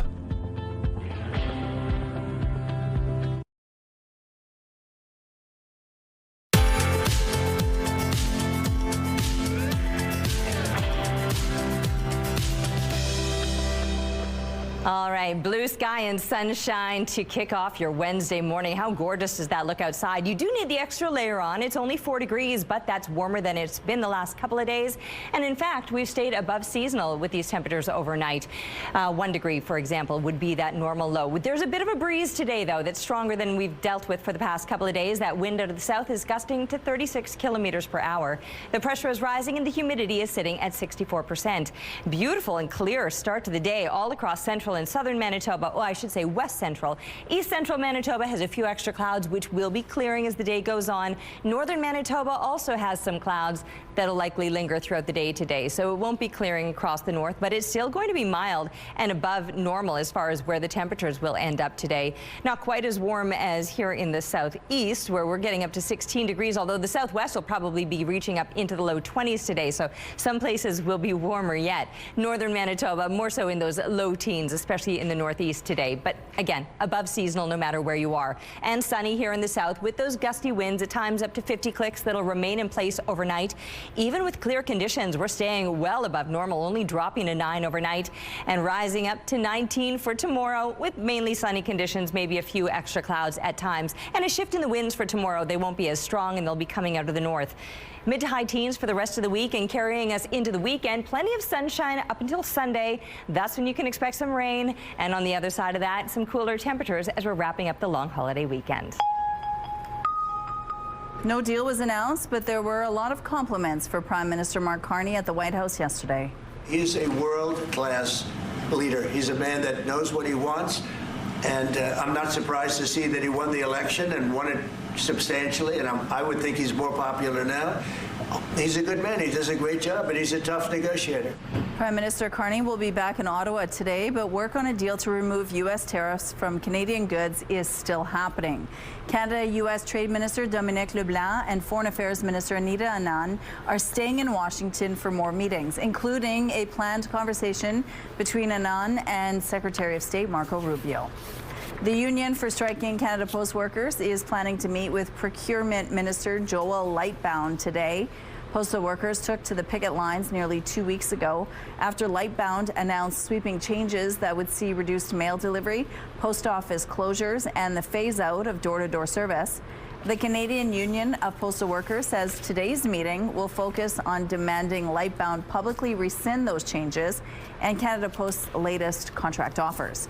The union says Ottawa's plan will hurt the long-term future of the Postal Service, arguing government intervention has been unhelpful nearly 2 years into the bargaining process. For more than 3/4 of a century, the Winnipeg Symphony Orchestra has been making beautiful music in our community. But in recent years, the WSO has been coping with a pandemic-related financial crisis. Now, though, the mood is a little more upbeat regarding the orchestra's future. We turned what looked to be the potential of a second deficit into a small but highly satisfying surplus. The orchestra has amassed a $140,000 operating surplus. WSO officials say they were able to achieve it by cutting administrative expenses, signing a lean contract with the musicians, and increasing single ticket sales. People have come back. We've seen a 30% increase in sales. Our donations are the highest that they've been in the WSO history. We've had government partners step up to the plate. WSO Board President Kurt Vossen says the orchestra is already working on some fresh ways to attract a new audience base. Canada's only synchrotron is helping researchers shine a very bright light on scoliosis research. CTV's Hallie Mandrick explains how. Scoliosis is a condition which causes curvature of the spine, which can be very debilitating for the 3 to 4% of the population it affects. A recent study conducted with the help of Saskatoon synchrotron is examining how zebrafish can help researchers with early detection of scoliosis in children and teenagers. They have organ systems similar to humans. They share similar physiology. About 80% of all disease-causing genes are shared with zebrafish. So it allows us to really model human disease states and understand disease mechanisms. The Canadian light source is similar to an incredibly powerful microscope, which allows researchers to see the atoms and molecules that make up different matter. As a species, zebrafish are prone to scoliosis, and learning more about the potential causes can help with early detection and intervention in humans. So looking at, for example, a zebrafish, looking at the spine of a zebrafish, because it's small enough, we can study in the laboratory. We can look at how the spine changes due to oxidative stress, and that helps us understand how a disease like scoliosis will happen in the human. According to Saruna, there is currently no way to determine which children will receive a diagnosis or how severe the condition will become. And right now, the treatment options really are wait and see. And when the curves begin to progress, we can apply braces, or the surgeons can do corrective invasive surgery of the curvatures. While there is still plenty of research and testing to be done, Saruna is hopeful that these findings from Saskatoon synchrotron have brought his team a step closer to a new treatment. A clinical study is currently underway at Sick Kids Hospital in Toronto to see if these findings in zebrafish could be applied to humans. What I'm hoping is that because we've demonstrated a simple non-invasive, over-the-counter therapy can work in our zebrafish models, if this translates, it may be a way of actually preventing severe curve progression in patients. Hallie Mandrick, CTV News, Saskatoon. Here's a look at traffic now on Donald Street. It looks like things are moving well here, but there is a collision block in the westbound median and middle lanes and eastbound median lane on Portage at Mount Royal, so be mindful of that. Also, traffic lights are flashing red in all directions at Archibald and Marion. If you have any other traffic tips to share with us, please text them at 10400. And here's a look now at your gas prices. The Canadian average is $1.34. The provincial average is at $1.27. In Winnipeg, the average is $1.26, and the lowest price in the city is $1.20. All this info is on GasBuddy.com. The Price at the Pump is brought to you by the Kidney Foundation. Help by donating your card today. For Q of the Day, we wanted to know what's your favorite cult classic. Corey has two, Reservoir Dogs and The People Under the Stairs. I was just talking about that movie with someone, The People Under the Stairs. One of my favorites as well. Marlene says Phantom of the Paradise is a Winnipeg cult classic. It certainly is, and it has good songs in it too. Jackie agrees her favorite cult classic is also Phantom of the Paradise. Sandra's fave cult classic is The Grinch with Jim Carrey. Blair says his favorite cult classic is the movie Sphere from 1998. Mark's favorite cult classic is The Goonies. Thank you so much for your responses. Let's go now to Daniel Halmerson, who's live at Boo at the Zoo. Good morning. Good morning, Michelle. Good morning, Winnipeg. We've had a frighteningly fun time here at the zoo. Of course, for Boo at the Zoo, happening all month long. I'm joined once again by the other Danny Wanger from the Assiniboine Park Conservancy. Before we get to these interesting characters beside us, What do people need to know before they come down to Boo at the Zoo? They need to know that it's going to be a really fun night. It's select nights up until October 31st, coming down to Boo at the Zoo and enjoying our wonderful magical town of Spookyville. Make sure to head to our website, assiniboinepark.ca, for all your information and for tickets. We are having spots that are selling out as well. Make sure to dress for the weather. We go sun, rain, or snow. And please wear costumes. We would love having costumes, but make sure to leave your props at home. Shout out to you. You've had 4 different costumes this morning already, but let's talk about these guys. We're joined by who from Spookyville? Oh, yes, we have Evan, the magician, and we have our beloved mayor of Spookyville, Victor Von Gruel, and I think they have something to show you this morning. Yeah, first off, Mayor, what's it like being the mayor of Spookyville? Well, it's spooky. It's great. You know, we have lots of people, the witches and the ghouls and the skeletons. They should be on their best behavior while you're down. So come and enjoy. Awesome. And Evan has a trick for me, so I'm going to hand this off to Your Honor, and we'll go from there. Awesome. Danny, we didn't prearrange anything. I want to show you a trick. He uses this. It's an invisible deck of cards. I'd like you to take them and shuffle them for me. If you, Danny, sorry, take them out of the invisible card box. Give them to the other Danny to hold on to. Danny, take all the cards and shuffle them. Look at all the cards. Make sure they all look different. Pick out one card for me. Anyone at all. Is that a numbered card you picked out? It is. Show it to the camera. Everyone at home, I won't look. Now, Danny, important part, take that card, turn it upside down, put it back in the deck so it's facing the other way. Makes my job easier to find. Good. Shuffle up all the cards again with your card facing the other way. Very good. Place them back into the card box that Danny's holding on to. Good. If you would put the little flap on top, I'll take them from you. Thank you. A little tough to do this trick with an invisible deck, but see if I rub, see the cards turn visible. Danny, you picked out a card. You showed it to everyone. First time out loud, what was that card you picked? 4 of clubs. The 9 of diamonds. Unbelievable. No, I'm just kidding. You said the 4 of clubs. It's very interesting that that's the card you saw, the 4 of clubs. I want you to see how right here is actually one face down card. If you actually take that card, turn it over, and show everyone, it is your card, the 4 of clubs. That's 20 years. What? 20 years of my life in 1 minute. So there you go. That's a cool The magic trick. of Boo at the Zoo. Yeah, and an invisible deck. Thank you so much, Danny. All right, out on the rooftop. It would have been a little more impressive if we didn't have that slight equipment failure. Took us a while to see it. We got it. We got it. Okay, let's talk a little bit about these conditions out here this morning. I'm sorry, I shouldn't laugh. It's beautiful. Blue sky and sunshine and some really nice temperatures that we can expect throughout this week. 4 degrees right now. South winds, they're gusting to 36 kilometers per hour. The pressure is rising. The humidity sitting at 64%. And yes, it is going to be a beautiful and a bright and sunny day and a warm day, at least warmer than you would expect this time of year, with the mercury expected to climb up into the mid to high teens, where we'll be throughout the rest of the week and into the coming weekend, when normal temperatures this time of year would top out at about 12. So yes, it's going to be beautiful. Northern Manitoba, you've still got above seasonal temperatures to enjoy today. Not as much sunshine. You've got some heavier clouds that are going to be hanging over you for today. You might start to see those clouds breaking up a little bit for tomorrow, but for the most part, it might be a little bit overcast and gray looking, even though, like I said, above seasonal temperatures, even with that lack of sunshine. Here in the south, well, the southeast will be up mid to high teens. Southwestern Manitoba might even reach those low 20s for today. And yes, the rest of the week will be spent above seasonal with plenty of sunshine and then some rain expected as we're moving into the weekend on Sunday. Following that, a bit of a cold front sets in, and suddenly before holiday Monday, Thanksgiving Day, and into next week, we will notice a drop-off in those temperatures, and they might even be back below seasonal once again. We're taking a break right now, but we'll be back with Your Morning Winnipeg.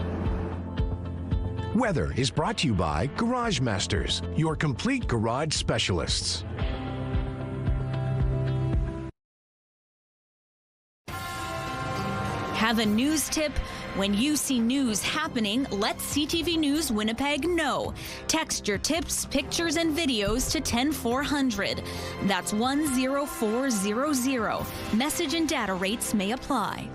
It's a major step toward helping thousands of patients waiting for an organ transplant, and it's all because of a medical achievement out of UBC. As CTV's Dimitra Maragos explains, the breakthrough has the potential to make any donation universal.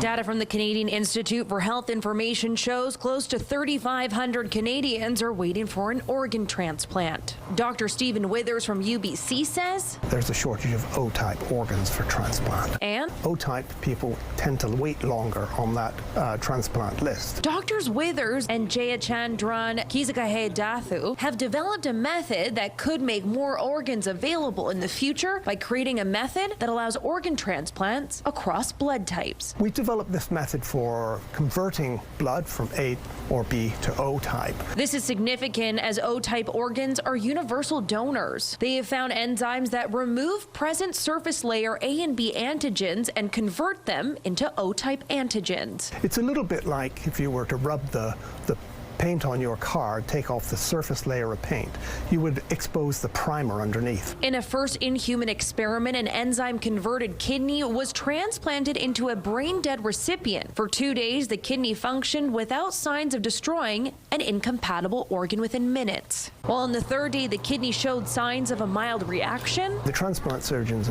assured me that they should be able to control any subsequent rejection. While doctors have been able to perform transplants with different blood types in the past, it takes a week to prep the patient. This research shows it can be done much faster without a living donor. The patient doesn't need any significant preconditioning, but the organ itself just needs a treatment for 1 hour with our enzymes, and that's it. They add this could dramatically impact organ wait times across the board. The number of organs available for transplantation is going to be increased. Although this is an exciting breakthrough, there are still more studies to be done, and the doctors tell me that clinical trials are still a ways away. Demetra Marigo, CTV News, Vancouver. A haunted house in Windsor, Ontario has given families a chance to enjoy the thrills without the chills. Scare House hosted its annual Lights on tour. Every light was turned on and the scary soundtrack was turned off, giving kids a chance to explore without any jump scares. Organizers say the real trick for this event is finding the balance between keeping things kid-friendly while still giving visitors a little bit of a Halloween thrill. It's that time of year where you're starting to transition a little bit. We're back at Canadian Footwear. I'm joined once again by Brian Sharfstein, and we were just talking about that season where you're reaching for the warmer layers and, of course, the different footwear. Right. And so at this time of year, not only are you looking for the warmer layers, but you're pulling out what you put away this spring as in the end of the winter. I'm looking and going, oh, do I want to wear those again? And in many cases, we have people coming in and going, I've had these for 3-4 years. I love them. I want the same pair. I just want to buy a new pair. Yeah. I mean, I find that with some of my own. I love the footwear so much, but after years of wear, the lining all gets tromped down. That fluffy shirling inside isn't so fluffy anymore, right? So it is probably time to replace some. Right. And we feel good about what we're wearing, but there's two things that people are focused on right now. To be able to go out and walk, not just necessarily in a walking running shoe, but winter boots not as much as fall going into winter that don't look like a winter boot. Okay, so what are some of the options that we have then? Well, Birkenstock, which I'll start with, they consider that somewhat to be like a winter boot. It has no lining, put on a heavy sock, it's doing all the things. In fact, Vogue the other day showed one of the Birkenstocks, and in one day we sold them all out. Oh, wow. Okay. So Birkenstock is... If it's in Vogue. And if it's in Vogue, you've got to be able to watch. So that's really important. And understand that Birkenstock is men's and women's, unisex. Yeah. So that works all the way through. The other thing that we're as big as our... Blundstones. They're absolutely non-stop. And they do one with a winter lining if you want to go that far. But Blundstones are great. Yeah. Okay. And they're so fashionable. And I even got sold on one of these last year because they're so cool, right? If you want to be cool. And I've been seeing women wearing them with skirts. Yeah. So you don't need to think of this as just a blue jean. It's great. Yeah. So that's really good as well. Ramonte. So Ramonte, Everly, these are new, soft, buttery boots, and they're not high heels, but favorite of our staff right now. Okay. So coming in colors, again, this kind of stuff is selling, and they're thinking of wearing these right into the wintertime. Interesting, yeah. Because, I mean, one of the nice things about the shoes that you get here is you know that they're going to have that rubber grip, right? They're going to be that anti-slip, comfortable shoe. Right. Fit, it's all about we fit you. That's kind of where we go. Excellent. Any other pieces here we're going to show off? And this one here, again, this is one of the brands, men's and ladies. It's great. Yeah. So you're going to find it here, all the different styles. We're changing seasons. You're probably swapping out your footwear. If you're looking for it, they've got it. And Brooks is new. They've added to both our Cambria and our New Balance. Brooks are here. It's going to be a big deal for us. All right, there you have it. Stay active and do it chicly and warmly and comfortably. Thanks. You got it. All right, it's 4 degrees right now, and it's beautiful and bright outside. Plenty of sunshine to kick off your morning, but of a breeze as well. That wind at the moment is out of the south, gusting to 36 clicks. The pressure is rising, the humidity sitting at 64%. And that wind might even get stronger throughout the day today. Could at times gust to about 50 kilometers per hour, but the conditions pretty lovely. Sunshine all through the south. For northern central Manitoba, well, east central Manitoba anyway, a few extra clouds this morning, but they're not going to last throughout the day.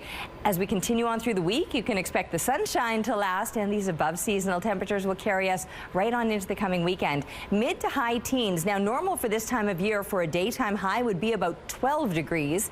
So we're obviously going to be well above that into the start of the weekend. And even overnight lows of 1, a seasonal low would be 1 degree. We're going to remain above that this coming night, 9 degrees. Talk about mild. It will get a little bit cooler in the overnights in the days ahead, but still above seasonal. Now, that all comes to an end with some rain on Sunday. That brings an end to the sunshine, but it also brings an end to those mild and above seasonal temperatures as we'll watch and feel the mercury dropping off on the other side of that system. Taking a break right now, but we'll be back with Your Morning Winnipeg.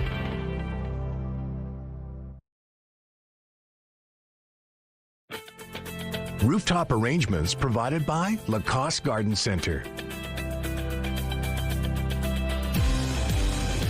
Salon services provided by Essentique Spa Salon. Well, Terry, ever wonder what your dogs see when you're not home on the daily? Well, here's the cutest puppy POV.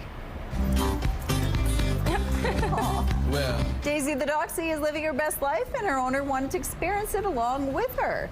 So he strapped on a GoPro to her back and let her go. From playing at the park to waiting patiently on walks, her floppy ears show how much fun she's having.